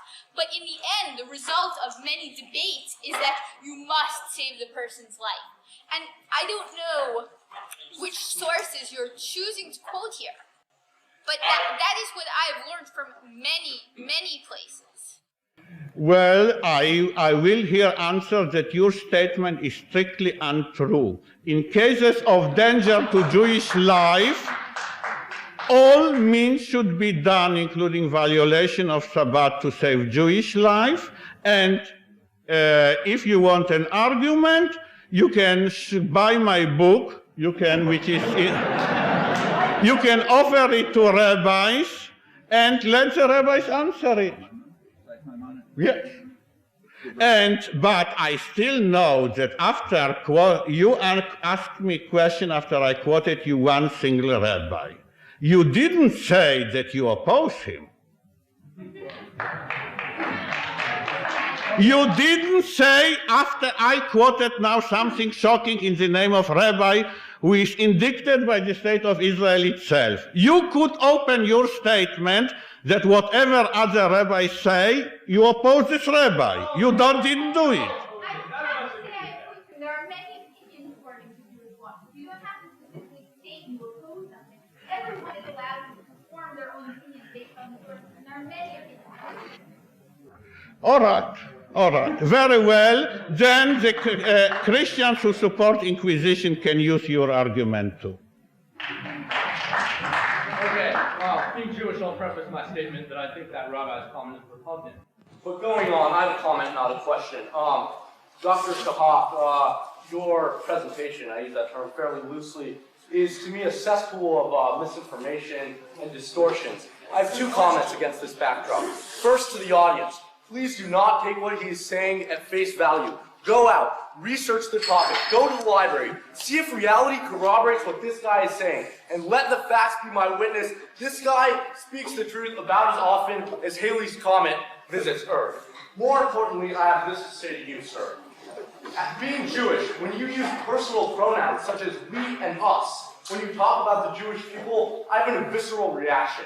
I say to you what Prime Minister Rabin said to Baruch Goldstein after the heinous massacre at Hebron, and that is, we spit you out with every bit of power we have. Thank you.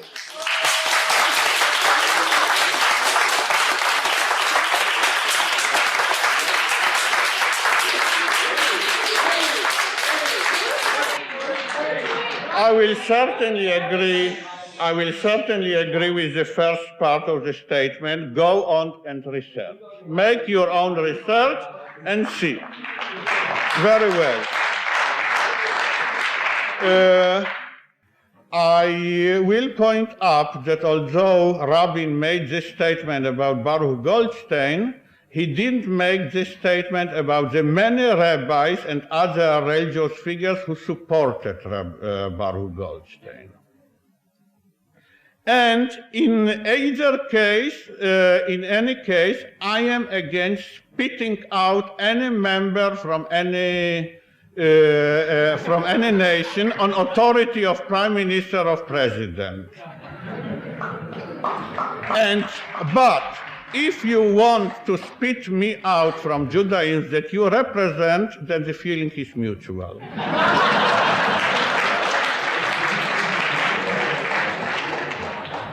Please.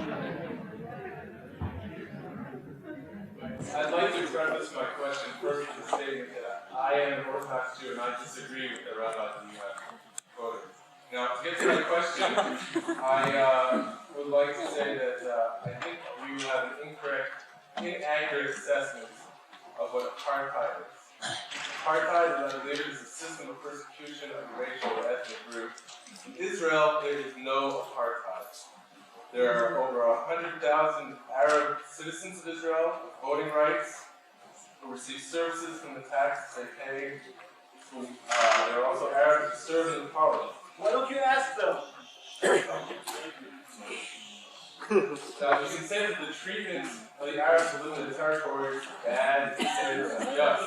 But I think what you're doing by calling that an apartheid state, and there are Arabs who do have rights in Israel, is doing a service to those who fought against apartheid in South Africa.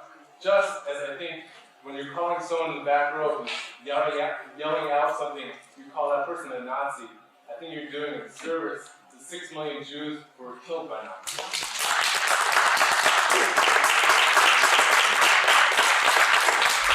You are lucky. You survived. 6 million people didn't. Well, the fact that Arabs, by the way, many more than 100,000, the number of Arabs in Israel is about 850,000, have voting rights and many other rights, and they sit in parliament, is very true, doesn't change the situation that a colonel in Israeli army, as I said again and again, who of course has a voting right, cannot use 70% of the land of West Bank. I emphasized, even in this one respect, that in the Israeli army are very many Palestinians who reach quite high positions. But since you began with this, I am saying something more about it. which means that although I will not call state of Israel proper, I will apartheid, but I will say that it has some apartheid elements. The word apartheid in full sense should be reserved for the conquered territories. Now why? Because, let us say, the people who serve in the army. About a year and a half ago, when President Ezer Weizmann was elected, he wanted to nominate a Druze colonel, a retired colonel, to be one of his officials in his presidential mansion. The authorities, in the sense the secret police, objected on the ground that every non-Jew, whatever the rank in the army, is suspect to some extent. President by Israeli law has access to all secrets and all information. After some argument in which President tried to persuade the secret police, he accepted their argument and the man was not nominated. Which means that the border of apartheid or aspects of apartheid are much lighter, but they are there. If the same argument would be employed in the United States, then Henry Kissinger could not become Secretary of State. Therefore, the situation, even in Israel itself, is more close to South Africa than to the United States. By this differentiation on about religion, about this. Now I will point to you that there are many discriminations in Israel, lighter than in South Africa or the territories, but conversion, religious conversion, will abolish them all. Because of this, I think that one can use about Israel this statement about aspects of apartheid or something else, and that fully applies in the territories. Now about my use of the term Nazi. This was invented by one of my friends and teacher, General Leibovich, many years ago, who used the term Judeo-Nazis very often, and it referred to the fact of denial of common humanity. In this, not only to Baruch Goldstein and such an act, common humanity means to denial of basic facts which even colonial regime is granting, or which came to pass during the invasion of Lebanon, or during the Israeli support to Guatemala and many things. I think that the fact that Jews have lost 6 million during the Holocaust, I am myself Holocaust survivor and have seen it all, doesn't prevent Jewish from becoming Nazis. Nazis became Nazis because Nazi ideology and not because they were Germans. Actually, there were Nazis of many nationalities as well. Jews can become Nazis, in my opinion. I may be right or wrong, but in my opinion, the opinion of very many people in Israel headed by Professor Leibovich, some Jews did become Nazis. Well, you defining Nazis don't deny the truth that you call lots of people Nazis in this world. I didn't. In that sense, I have to agree with you, although I make that same comment to the late Professor Leibovich.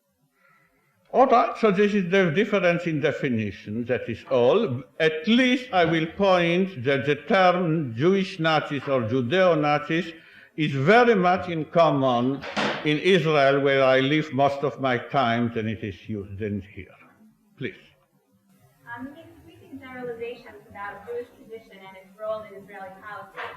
Now, undeniably, the vast majority of Israelis do not keep Jewish tradition at all. And I was wondering how the Jewish tradition played out if the vast majority of people in the Knesset and in the land itself do not keep tradition. And my second point is, I do keep Jewish tradition. I'm part of a minority of Orthodox Jews that have remained and will continue to remain. And I have learned about Jewish tradition quite extensively and value my Jewish tradition. And I feel that Jewish tradition values life and equality. And I'll give you an example of an ambulance outside of New York. It's called Hatzalah. And they run an ambulance service, and they answer absolutely every call without asking whether the person is a Jew or non-Jew every day of the week. And I just wanted to make that clear that the fact of the matter is that piece of paper that you might have does not play out in reality. The fact of the matter is that the Jewish tradition does value the life of every single person in this world.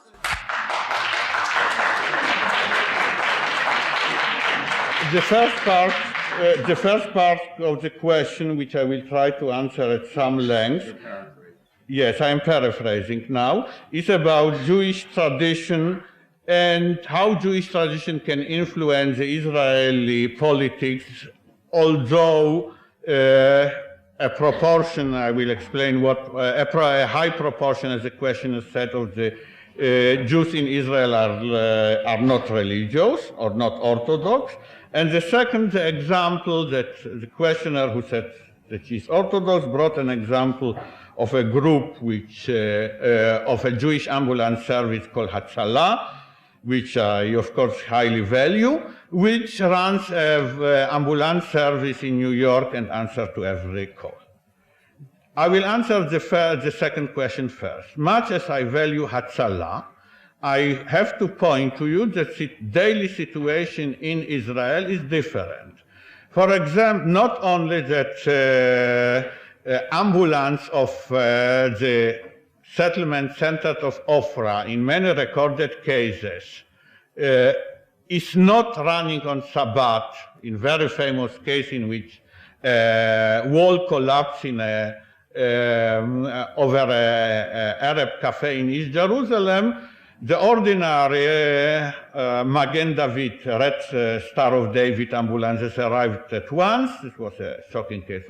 And this ambulance waited for a few hours. Therefore, I am following the Israeli examples, which are well documented. I am very happy to learn that Orthodox of New York are better, as you quoted. My point is that it's not a function of tradition.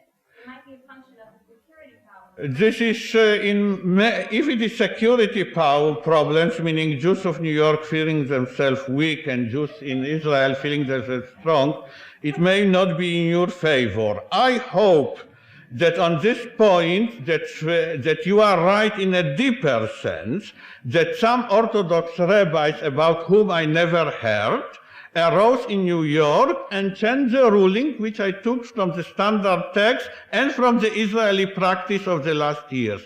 If so, I would be very happy to learn about them. Now about the first part of your question.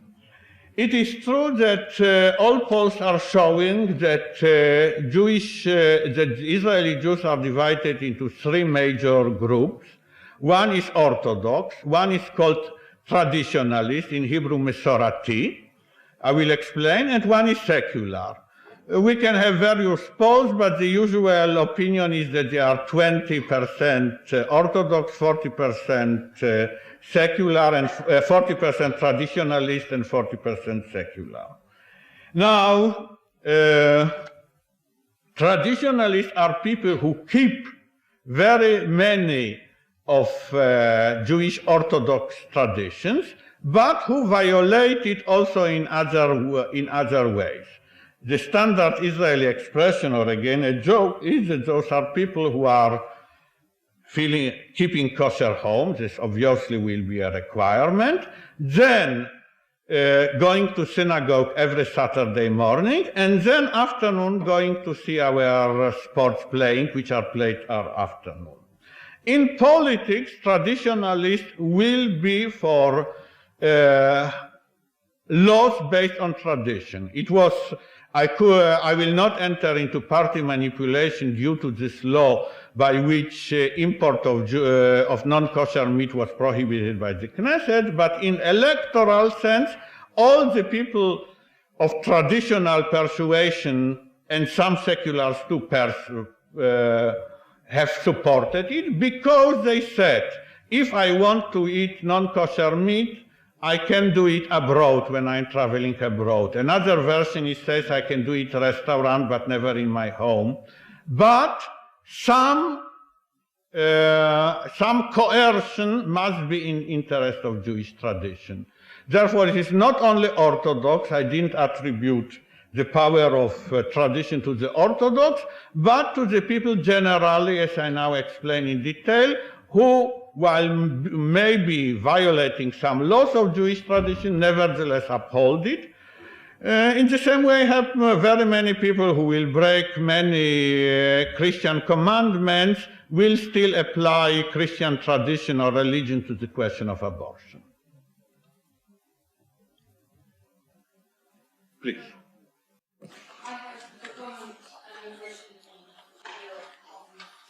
My comment is that I absolutely agree with what you said at the end of the talk, saying that you are taking the position that you are taking, but you are taking the risk of your policy.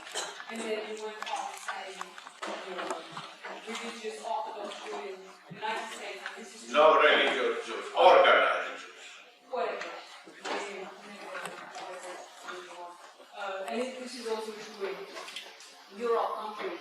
And then you went on saying they had no right to take any position because they would not take the risk of their policy, and they would just whip in front of the TV set. I just want to add to that you went on after that to ask here, this bunch of wealthy Americans that are sitting just here, to support your view. And they are not taking the risk of their policy because they won't even whip it on their TV set.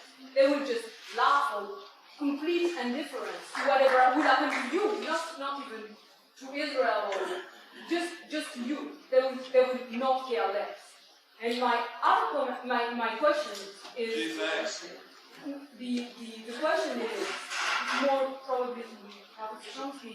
It's to go away from the problem of tradition, and it's more economic related.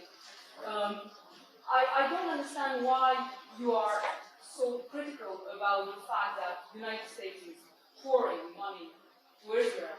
We can discuss the objective of the United States doing so, and the advantage of the policy to do so. But you have to remember that after the war, they also poured money all over Europe. Plan Marshall is there. And now, in the territory, Arafat, even Palestinians are absolutely begging, asking for European community for money. And I think it's wonderful that money would pour there, because economic development is the only way to have peace in this region. It's not by philosophical argument, it's just economy. Everything linked and boiled down to economy. If you have economic stability, you will have peace. So I would just want your answer on that. Yes, I will answer first. I think you misunderstood me. I didn't say that organized Jews are actually said Israeli supporters, because this applies as much, let's say, to Pat Robertson and to Jerry Falwell as it applies to any Jew, have no right to express their opinion or to support Israel. I said that I advised you not to depend on their views, because their support of Israel makes them compensate, and therefore their opinion tends to be, in my opinion, very inaccurate and not by long experience. But I certainly didn't deny their rights now to express any opinion and forever. I will expect, however, that the opinions of, let's say, of a person who will not weep about what is happening in Israel, to be more dependable on the average, who will weigh the situation in Israel and Middle East and Palestine equally, to be more dependable than the person who will weep over what's happening, but still not go over there and carry his conviction. My point was about his conviction. I think that an Israeli right-winger in Kiryat Arba I may oppose him as very strongly, but I will not deny, some of the things that I will not deny him is that he fully carries out his convictions. Those who are supporting the Kiryat Arba, let's say the supporters of Goldstein in New York, are not doing the same thing like the supporter of Goldstein in Kiryat Arba.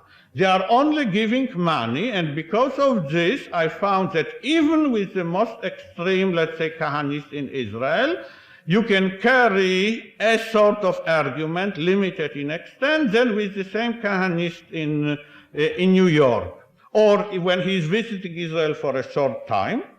And the same thing applies to every category, meaning you can, a Likud supporter in Israel is, in my view, a much more interesting and valuable person to discuss than the person who supports the same view in the United States, and so on and on through spectrum. And I advise you to go to the source. Now, I ask your permission to say something about money, before American money, before you will elaborate on this. You see, American money, in my opinion, going to Israel has two great faults, which are not dependent on the point that I made and that Noam Chomsky made, that it is also used for, indirectly, for settlements, for all kinds of aggressive politics.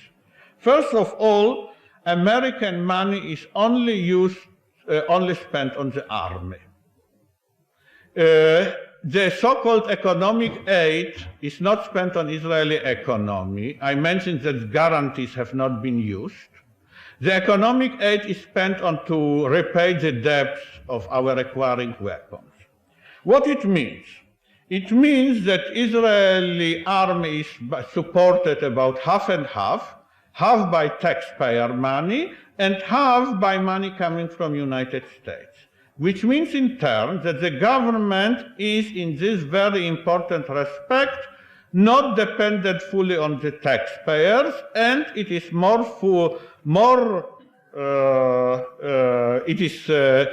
powerful than it should be.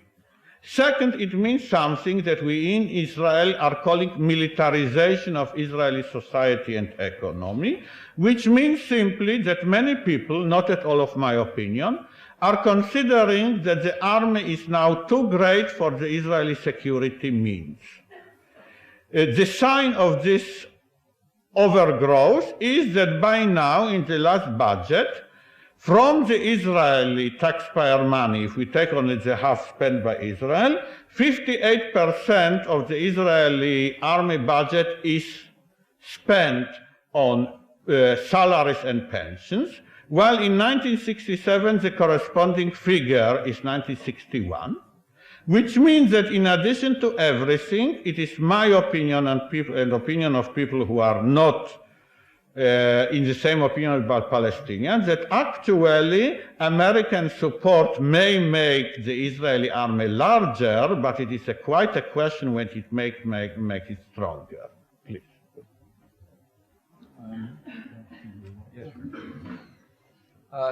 First, a sort of a side question on this undercurrent that keeps running through about the right of people, say in the United States, to criticize policies elsewhere where Americans don't directly suffer from them.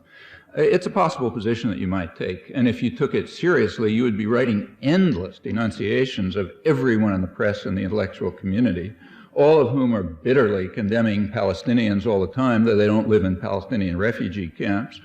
You would use it to criticize anyone in the United States who, like me, for example, who condemned the policies of the Soviet Union. I mean, I didn't live there, but I certainly condemned their policies. In fact, I only hear this in one case, namely, you're not allowed to criticize the policies of the State of Israel unless you live there. You're allowed to criticize anything else. You know, you're allowed to criticize Stalinism, you're allowed to criticize Saddam Hussein, you're allowed to criticize the PLO, you're allowed to criticize anybody, even though you don't live there, but one exception holds. Now, I think there's a name for that. It's racism, and we should accept that. I think everyone has a perfect right Everyone has a perfect right. I'm talking about you. Everyone has a perfect right. Well, maybe I misunderstand you, but I thought that's what you were saying. Anyway, in any event, maybe we agree. Everyone has a perfect right to criticize any policies anywhere that they think are wrong. Okay, now in the case of the referring to the economy, if the United States were to give I gave two examples of opposition to aid to Israel. Two. One of them was quoting Human Rights Watch, the major international human rights monitor, which pointed out that U.S. aid to Israel is flatly illegal by U.S. law. It's not the first time that's been pointed out. They just reiterated again. So let me repeat. I'm quoting Human Rights Watch, major international human rights monitor, who pointed out, which is correct, that U.S. law is directly violated by every dollar spent in aid to Israel because that law states explicitly that no aid can be given except under special conditions which don't apply to countries which systematically carry out torture and abuse of the populations under their control, including their citizens. And then they proceed to document in hundreds of pages, as B'Tselem has done in Israel and as other human rights investigators have done, that this is indeed true of Israel. So therefore, one comment about U.S. aid to Israel, which I made and which I repeat at your request, is that it's all illegal for that reason alone. A second comment that I made about aid to Israel had to do with the indirect aid that comes from the tax-free status of the grants that are used in Israel itself, incidentally, for the benefit of people of Jewish race, religion, and origin. Remember, that's U.S. taxpayers who are paying that, because that's tax deductible. A tax deductible gift means it's spread across the population by elementary logic. So I'm opposed to that kind of taxes. I don't think that, say, my taxes should be used within the state of Israel to pay for development, to pay for the following situations. So let me describe it inside Israel, not outside. Under the territories, of course, it's much worse, but I'm talking about the state of Israel itself. Within that state, 92% of the land is under the administration of an organization which, if you sort of work out through the whole complicated traces, it's in print if you like, and I'll refer you to them. In fact, it turns out to be run by the JNF, the Karen Kayemet. They have it's designed, the laws are designed so that they have the governing position, the land administration, and they are, by law, by their contract with the state, restricting in the use of their funds to people of Jewish race, religion, and origin. The same is true of development funds. Development funds are funded by the state of Israel through these quasi-governmental institutions which have similar conditions and which are paid for by U.S. taxpayers. And that leads to the result that you have just vast differences in say, sewage, education, services, and so on, between a Jewish village and a Palestinian village right next to each other within Israel. And I'm opposed to that kind of aid. With regard to the scale of aid to Israel, as I didn't really criticize it, but if you'd like, I will criticize it. I will criticize it because, for several reasons. For one thing, because what the aid is, first of all, because of its scale, and secondly, because of what it goes for. So I will add I haven't made that criticism, but I will make the criticism. I'll add it to my criticism, the huge amount of aid we give to Colombia, more than half of the military aid in the continent, and it happens to be the leading human rights violator in the continent. In fact, U.S. aid happens to correlate very closely with torture. That's been demonstrated over and over. The more a country tortures its citizens, the higher it's likely to get U.S. aid within our domains. I opposed U.S. aid to Saddam Hussein for years, before anybody was willing to talk about it or even report it. You will find in cases that I'm perhaps the only one who even reported some of this. And I opposed it because I opposed what he was doing, even though I didn't live in Iraq. And I opposed it because I don't want U.S. aid to go to Saddam Hussein, even though George Bush and James Baker and so on thought it was a great idea. And in the case of Israel, I don't want, first of all, the aid, notice, is not on the scale of the rest of U.S. or for that matter, anybody's aid. There is no country in the world that gets a fraction of the aid per capita that goes to Israel from the U.S. taxpayer. It's in a corner by itself. It's vastly in advance of Marshall Plan aid to Europe. It just is not in the same ballpark. And I should say that Marshall Plan aid to Europe, if you really look at it, most of it was aid from U.S. taxpayers to U.S. corporations. So, for example, $2 billion out of the $13 billion of Marshall Plan aid to Europe went straight to the American oil companies as part of the effort to sort of shift Europe over from a coal to an oil-based economy. But I won't even proceed with that because whatever you think about Marshall Plan aid, it is so minuscule as compared with the aid we're giving to Europe, to Israel per capita, that it doesn't enter. As for where U.S. aid ought to go, I don't think it ought to go to rich people.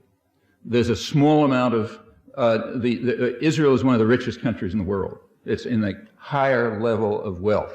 It happens to be extremely unequal. It has one of the highest levels of inequality in the world, right after the United States, in fact.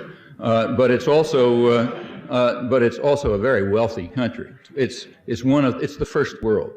Now, I don't think that there are 11 million children dying every year, according to UNICEF, from easily treatable diseases, meaning a couple of cents a day.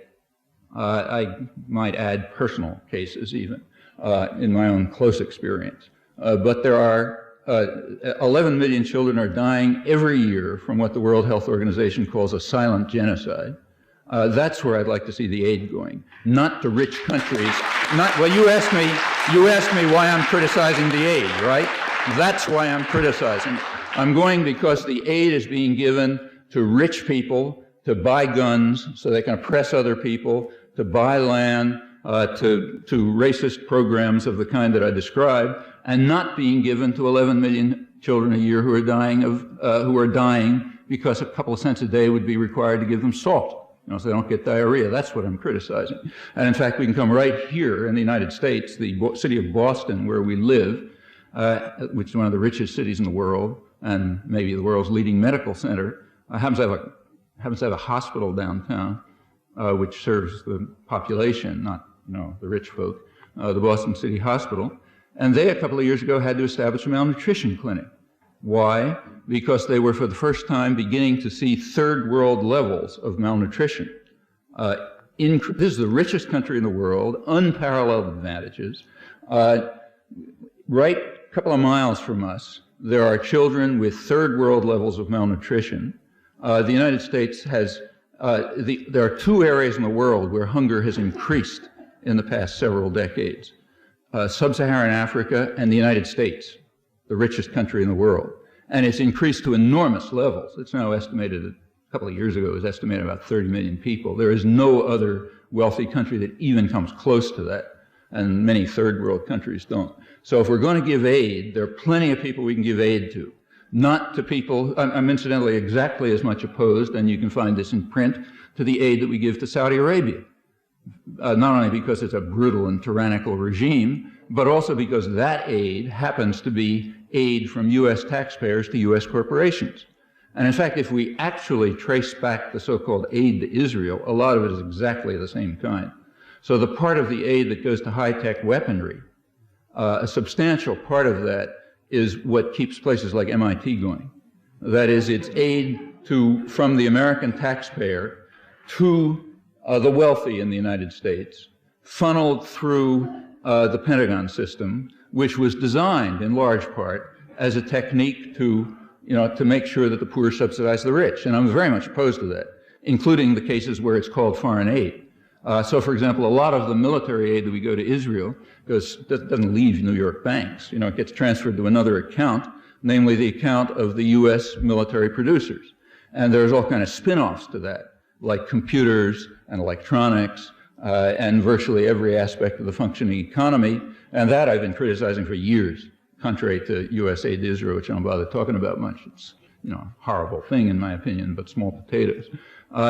Similarly, when the U.S. sells arms, say when the U.S. sells jet planes to Israel, part of the purpose of that is export promotion. Or when it gives jet planes to Israel, part of the purpose is export promotion. If the U.S. gives jet planes to Israel, they will then be able to sell, not as good, but relatively advanced and very expensive jet planes to Saudi Arabia, which is one of the standard techniques of recycling oil profits. and making sure that the profits from Middle Eastern oil come right back here, not to the people of the region. Yes, I'm opposed to all of that. I'm opposed to aid to Israel, which goes for those purposes. So my feeling about aid is it should not be, first of all, it shouldn't be illegal. I think the American law on this point is to the point. We should not be giving aid to countries which slaughter their citizens or torture their citizens. So not to Colombia, not to Israel. In fact, not to most of the countries we give it to, because as I said, U.S. aid happens to be correlated very well with torture. I'm not saying that for the first time. I've been saying it, all my articulate life, many decades. With regard to aid to what is called foreign aid, it ought to be given to people who need it. That means not to rich people, but to suffering people. There's plenty of them here. There are many suffering much worse in the third world, and that's where our aid should be going, not to rich people to keep them rich. Furthermore, we should not be giving aid for oppression. We should not be giving aid for keeping 92% of the land of a country in the hands of a particular subset of citizens, namely those of Jewish race, religion, and origin. Same with development funds. We should not be giving aid to buy weapons. We should be giving aid to build hospitals. If we were doing those things, I'd be in favor of aid. I also made another comment about U.S. aid, namely, it is the most miserly in the developed world, and that is intended as a criticism. And furthermore, if we take off what's called aid to Israel, this huge component of it, which shouldn't be called aid at all because it's going to a wealthy country for harmful and destructive purposes, then that little bit that's left puts us totally off the spectrum. Okay, there's a criticism of foreign aid. So I have plenty of criticisms of it, and I will continue to make those criticisms, and I think they're accurate.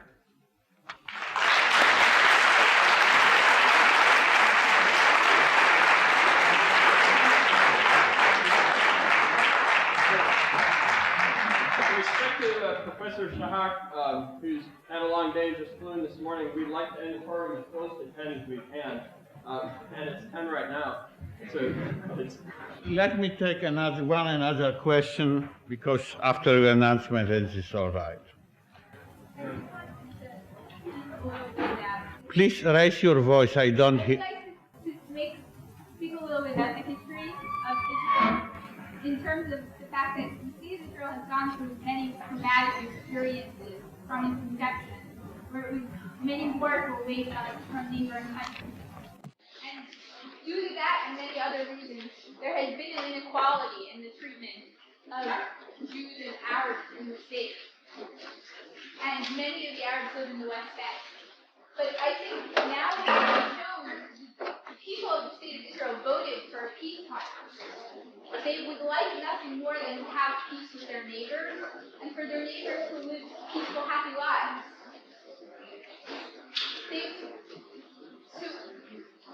And it is not just the government.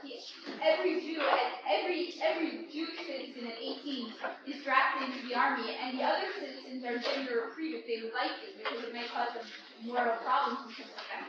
But this is not something that just affects some far-off military group that goes out and kills people. This is not, you mentioned apartheid, this is not a hatred of other peoples or other religions or other races. It is something that is if there have been human rights violated for various reasons that are due to security or due to any other reason, it is not from a hatred or a desire to destroy other people. And there is a great difference there.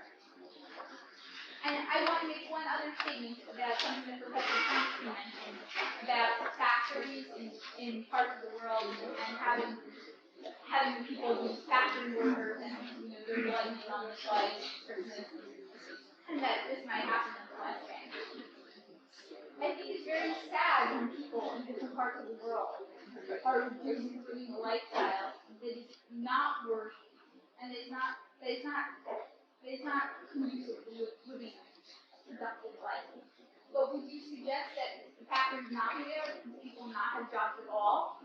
You suggest that they not give money to the West Bank so that people will still have more of a dependent economy on other countries? And I also want to express disappointment, because I came here as an MIT student to hear what I thought was an interesting lecture by one of the professors here, and I think what I've heard mostly in MIT terms what we call claimage. And and just sort of explain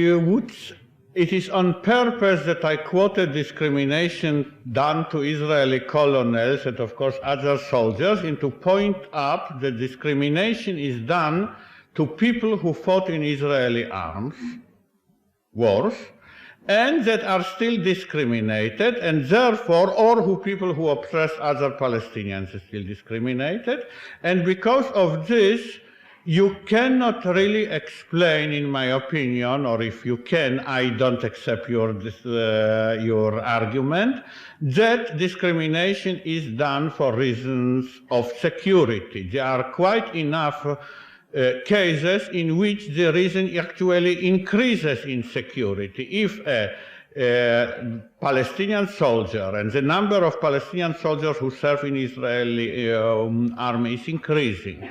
By the way, this is due to Likud. It was the Likud defense minister Moshe Arens who opened the Israeli army in 1990 to volunteers of all religion. It was the Labour government which until that time prohibited Muslims, except Druses and Bedouins, to serve in the army. So you can count it as a sign of progress, but even after this, people who serve in the Israeli army are discriminated, therefore it cannot be security. Then Israeli wars. Obviously, last Israeli war, the invasion of Lebanon, was purely a war of aggression and was not motivated by any security. In the same way, I will say that the War of Suez 56, another example in which Israel allied itself with Britain and France in order to invade Nasser and to topple Egypt and topple Nasser regime, it was done for ideological or maybe also imperialistic reasons, but not done for security. In many other ways, it can be shown that wars in general, there are exceptions, of course, I am not speaking about the first war in 47-49, whose causes were complex in many ways, but further Israeli wars had mostly reasons which had not to do with security. I accept your point about hatred. I actually didn't say in my presentation that Israeli Jews hate Palestinians or that the discrimination is inflicted out of hatred. They are, of course, haters, but their number is small, and they don't, and those who, let us say, worship Baruch Goldstein or Rabbi Elba don't influence Israeli policy. I didn't quote them except when answered and after some provocative question, but I think that it is that both in the Jewish case and in the case of all other groups which initiate horrifying policies, let us say in case of Arab states who initiated, most of Arab states which initiated horrifying policies also, but all other states, it was not hatred. It was ideology. Ideology doesn't mean hatred. Ideology, if you will look, let us say, I will now specially take a faraway example, the Inquisitors. We know very much about the Inquisitors. They wrote books and letters, and people wrote about them. I think no serious scholar will say that the Inquisitors were moved to burn people alive by hatred. They considered that the good of religion and also the good of society consists in so harming a minority for the great benefit of the rest. And I am also saying to you that those people who, is my end of my presentation, support Jewish tradition over democracy and therefore discrimination, are in the main not motivated by hatred, are motivated by the same reasons, which is usually not hatred, which motivated other regimes and other groups to discriminate against other groups because they believed, they truly believed in a bad ideology that they adopted. And I will say further that in most of the cases, ideological oppression, which caused in so many cases, I mentioned Inquisition, the adoption of a system of regime of which Inquisition was a part, ruined Spain, which was before this a very flourishing country. Adoption of ideology which then initiated a bad policies, of course, first brings harms of the enormous harm and suffering of the oppressor. But I try to show, and now in answer to your question I will be explicit, that in my opinion, adoption of this ideology and of this discrimination will also bring calamity on us. I mean, you may differ, of course, from this estimate, but this is at least my opinion. The ideology isn't an ideology of desiring to cause harm to others. Yes, you are right. The ideology of Inquisition in case of many heretics was to bring the heretic to paradise. And if not this heretic, by this example of saving others from paradise. I say it with full understanding, also of course with full enmity. The bad ideologies in most cases are not designed to cause harm, I agree. But they still are bad and cause suffering and discrimination.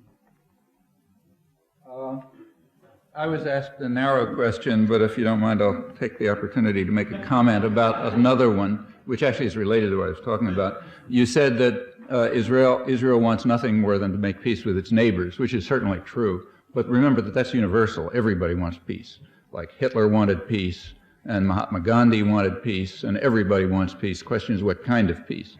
Now, when you said make peace with their neighbors, something is being slipped under the rug there. Israel has always wanted to make peace with the states of the region. It has always wanted that. So, for example, to take what's been more or less official Israeli policy since 1968, the Alon Plan, it was designed to make peace with the states of the region and to keep Israel in control of substantial parts of the Gaza Strip, of the West Bank. At that point it was 40%, it's now, what, 75% or something, and substantial parts of the Gaza Strip. And yes, that's what Israel's always wanted. It's wanted to make peace with the surrounding states, but excluding the Palestinians. The Palestinians are to be, as the doves in the Foreign Office said in 1948, either to be dispersed or to join, to become human dust and waste and join the most impoverished masses in the Arab society. And that remains the case. The current peace agreement is tailored to Israeli demands. It's exactly the demand. I mean, you know, things have changed a little bit if you look at the borders. So the borders of today are not precisely those of the Alon Plan. But if you go from the Alon Plan in 1968, that's sort of the left, up to the Sharon Plan of 1992, which is the far right, you will notice that they are all essentially the same. They include, in fact, they're the same to remarkable detail. They always include friendly relations with all the other states and the territories remaining under Israeli control. With one exception, they all say that they don't want to have responsibility for the dense Arab population areas. They want them to be either stateless or administered by someone else, so Israel doesn't have to worry about it. But they want most of the usable land, they want the resources, they want, by now it amounts to, well, like 75% of the West Bank and about 30% of the Gaza Strip, most of the water and so on. That's what they want, but not responsibility for the citizens. That's the kind of peace that has been wanted from right after the June War up until today, and that's the kind that's been achieved. That's a kind of peace, but as I say, everyone wanted peace in a range including Mahatma Gandhi to Hitler. Question is, what peace? And this... They wanted the same kind of peace when the West Bank was Jordan, okay? They wanted the same kind of peace when the Palestinians had their own state. Absolutely. As long as the Palestinians got nothing, Israel was perfectly happy about it. Absolutely. Israel's position from, in fact, if you want, we can go back to the origins of Zion. You want to go back to the origins of Zionism? Yeah, let's go back to the First World War, when Chaim Weizmann, the leader of the Zionist movement, wrote in internal documents, which have now been publicized, that the British had informed him that there are several 100,000 Negroes living in Palestine, but that's a matter of no significance. And we can go on, right from there up to the present, if you like. But yes, their position has always been that the indigenous population have no rights. And that is... Palestinians were Jordanian citizens. Please, the Palestinians... First of all, they were not. The Palestinians who were in... The Palestinians to the west of the Jordan, which is the relevant part, were the ones who have been dispossessed. Some of them are in the state of Israel where they... No, I'm not. I'm answering exactly your question. Look, the state, these are people, there's an area in Cisjordan, meaning west of the Jordan onto the sea. And Israel's position with regard, may I continue? Look, you get a hall and you give a speech. There's a position there's Cisjordan, which is the Jordan up to the sea. And Israel has had a fairly standard position with regard to that for a long time, back to the days when they were told by the British there were a couple 100,000 Negroes there, but it didn't matter. The idea is that these couple of 100,000 Negroes basically have no rights in the country where they live. Now, Israel wants to take that country, or large parts of it, take control of its resources, establish a state which is a state for it's not a state for its citizens, notice, it's the sovereign state of the Jewish people. Like it's my state, but not the state of an Arab citizen living in Israel in Al-Fahim. And that's what they wanted to do. It's changed over the years. Like, for example, what we call the West Bank happens to be half of the original Palestinian state. The other half was simply taken over by Israel and annexed. Nobody even talks about that half. And that was furthermore done in collusion with Jordan. There was an agreement back then to partition the Palestinian state in 1948, and that's pretty much what happened. Coming up to the present, the reason why why Israel has been able to pursue and in fact now achieve its completely rejectionist program is because you and I pay for it.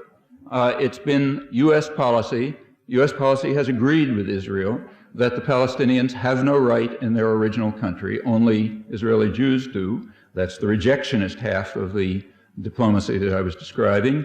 And yes, in that sense, the U.S. is quite willing to make peace. Now, turning about the factory, yeah? Why would it make a difference to Israel when the West Bank was under Jordanian control? They always intended to take it. They always, look, you read Ben-Gurion's diaries. Read Ben-Gurion's diaries.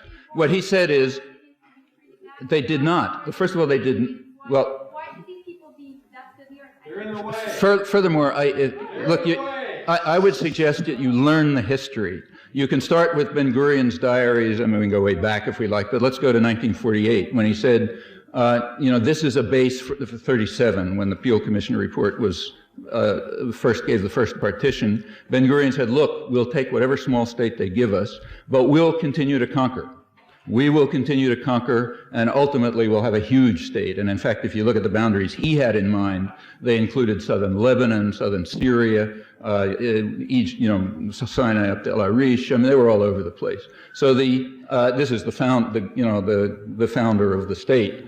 Since then, ambitions have been slightly modified and the policy slightly changed, but the essence remains the same. The indigenous population don't have any rights. Going back to the earliest records, Chaim Weizmann, there's a couple 100,000 Negroes and their situation is of no significance, up till 1948 when the Foreign Office says they are human dust and they will disperse among the waste of society, up until the present when they are not to have the rights of national self-determination in any part of their original territory. But yes, Israel's delighted to make peace with its neighbors and always has been, as long as the Palestinians are out of it. Turning to the factories, the question you asked was a rather odd one, and let me see if I got it straight, because it sounded really strange to me, and I don't want to misstate you. I described an incident. I described the case of the U.S. toy manufacturing industry, although this is a parable. I could have talked about a lot more. It happens to be primarily located in places like southwestern China and Thailand and so on, where, to give the example I mentioned, hundreds of people in the last several months, in the last year or so, have been burned to death in factories, mostly women, incidentally, because they're the easiest exploitable, burned to death in factories where they were locked in, okay? Now, your question was, well, am I saying they shouldn't have any factories at all? Is that right? Is that what you said? Yeah, okay. So the choices you are putting forward are the following. Either we build torture chambers and crematoria, or else we don't have anything. And I don't think those are the only two choices. Well, I agree. Then, therefore, you misstated the question. So now let's state the question properly. But I think that when I was sitting in the audience listening to this, it sounded like you were voicing a criticism of all of Western culture, society, or Western involvement in the rest of the world based on All? You mean? that there are toy factories. No, I did not. That's your conclusion. Actually, I probably would say something like that, but that's your conclusion. And I would say it, but I would only say it after documenting it. I wouldn't give it as a blanket comment. So I talked about a specific case, namely the toy industry, and people, and all of us are going to buy toys for Christmas. And I pointed out that those toys are mostly being produced in horror chambers, in places where people are literally, mostly women, locked into factories and then burned to death if the factory happens to go on fire. Now, this is true everywhere. So like, take, say, Haiti. Okay, I was in Haiti about a year ago, and in Haiti, where there was incidentally no embargo, there was mostly fraud, the U.S. broke it right through.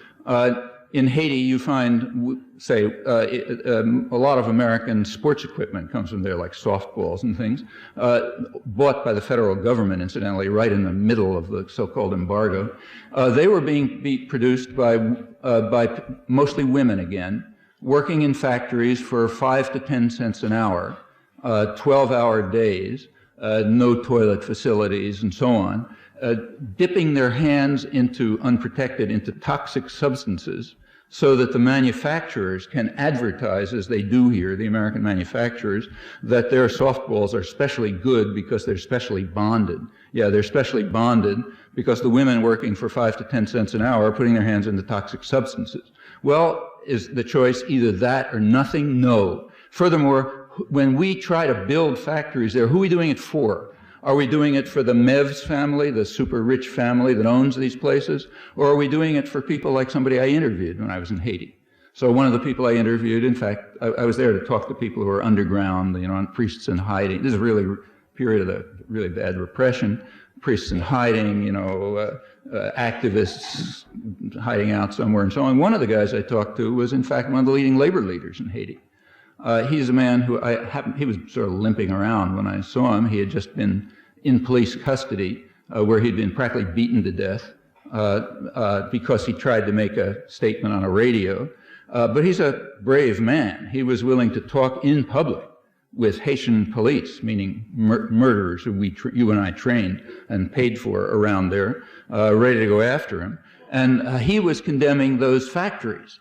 Now, and you can find the same all through Southeast Asia. So you say in Indonesia, where wages are half the level of China, that is twice as bad as what I've just described, there's a lively labor movement trying to rectify these policies. And you and I, at least if you're an American citizen, certainly me, are paying taxes which are blocking that, which are paying the security forces who are killing them. Our president is going to go there in 2 weeks, and he has already announced that he will say nothing about human rights practices. So nothing about the Indonesian workers who are trying to overcome these conditions. So the choice is not, as you put it, do we build torture chambers or nothing? The choice is, do we interact with the world in a way that a human being wouldn't be ashamed of?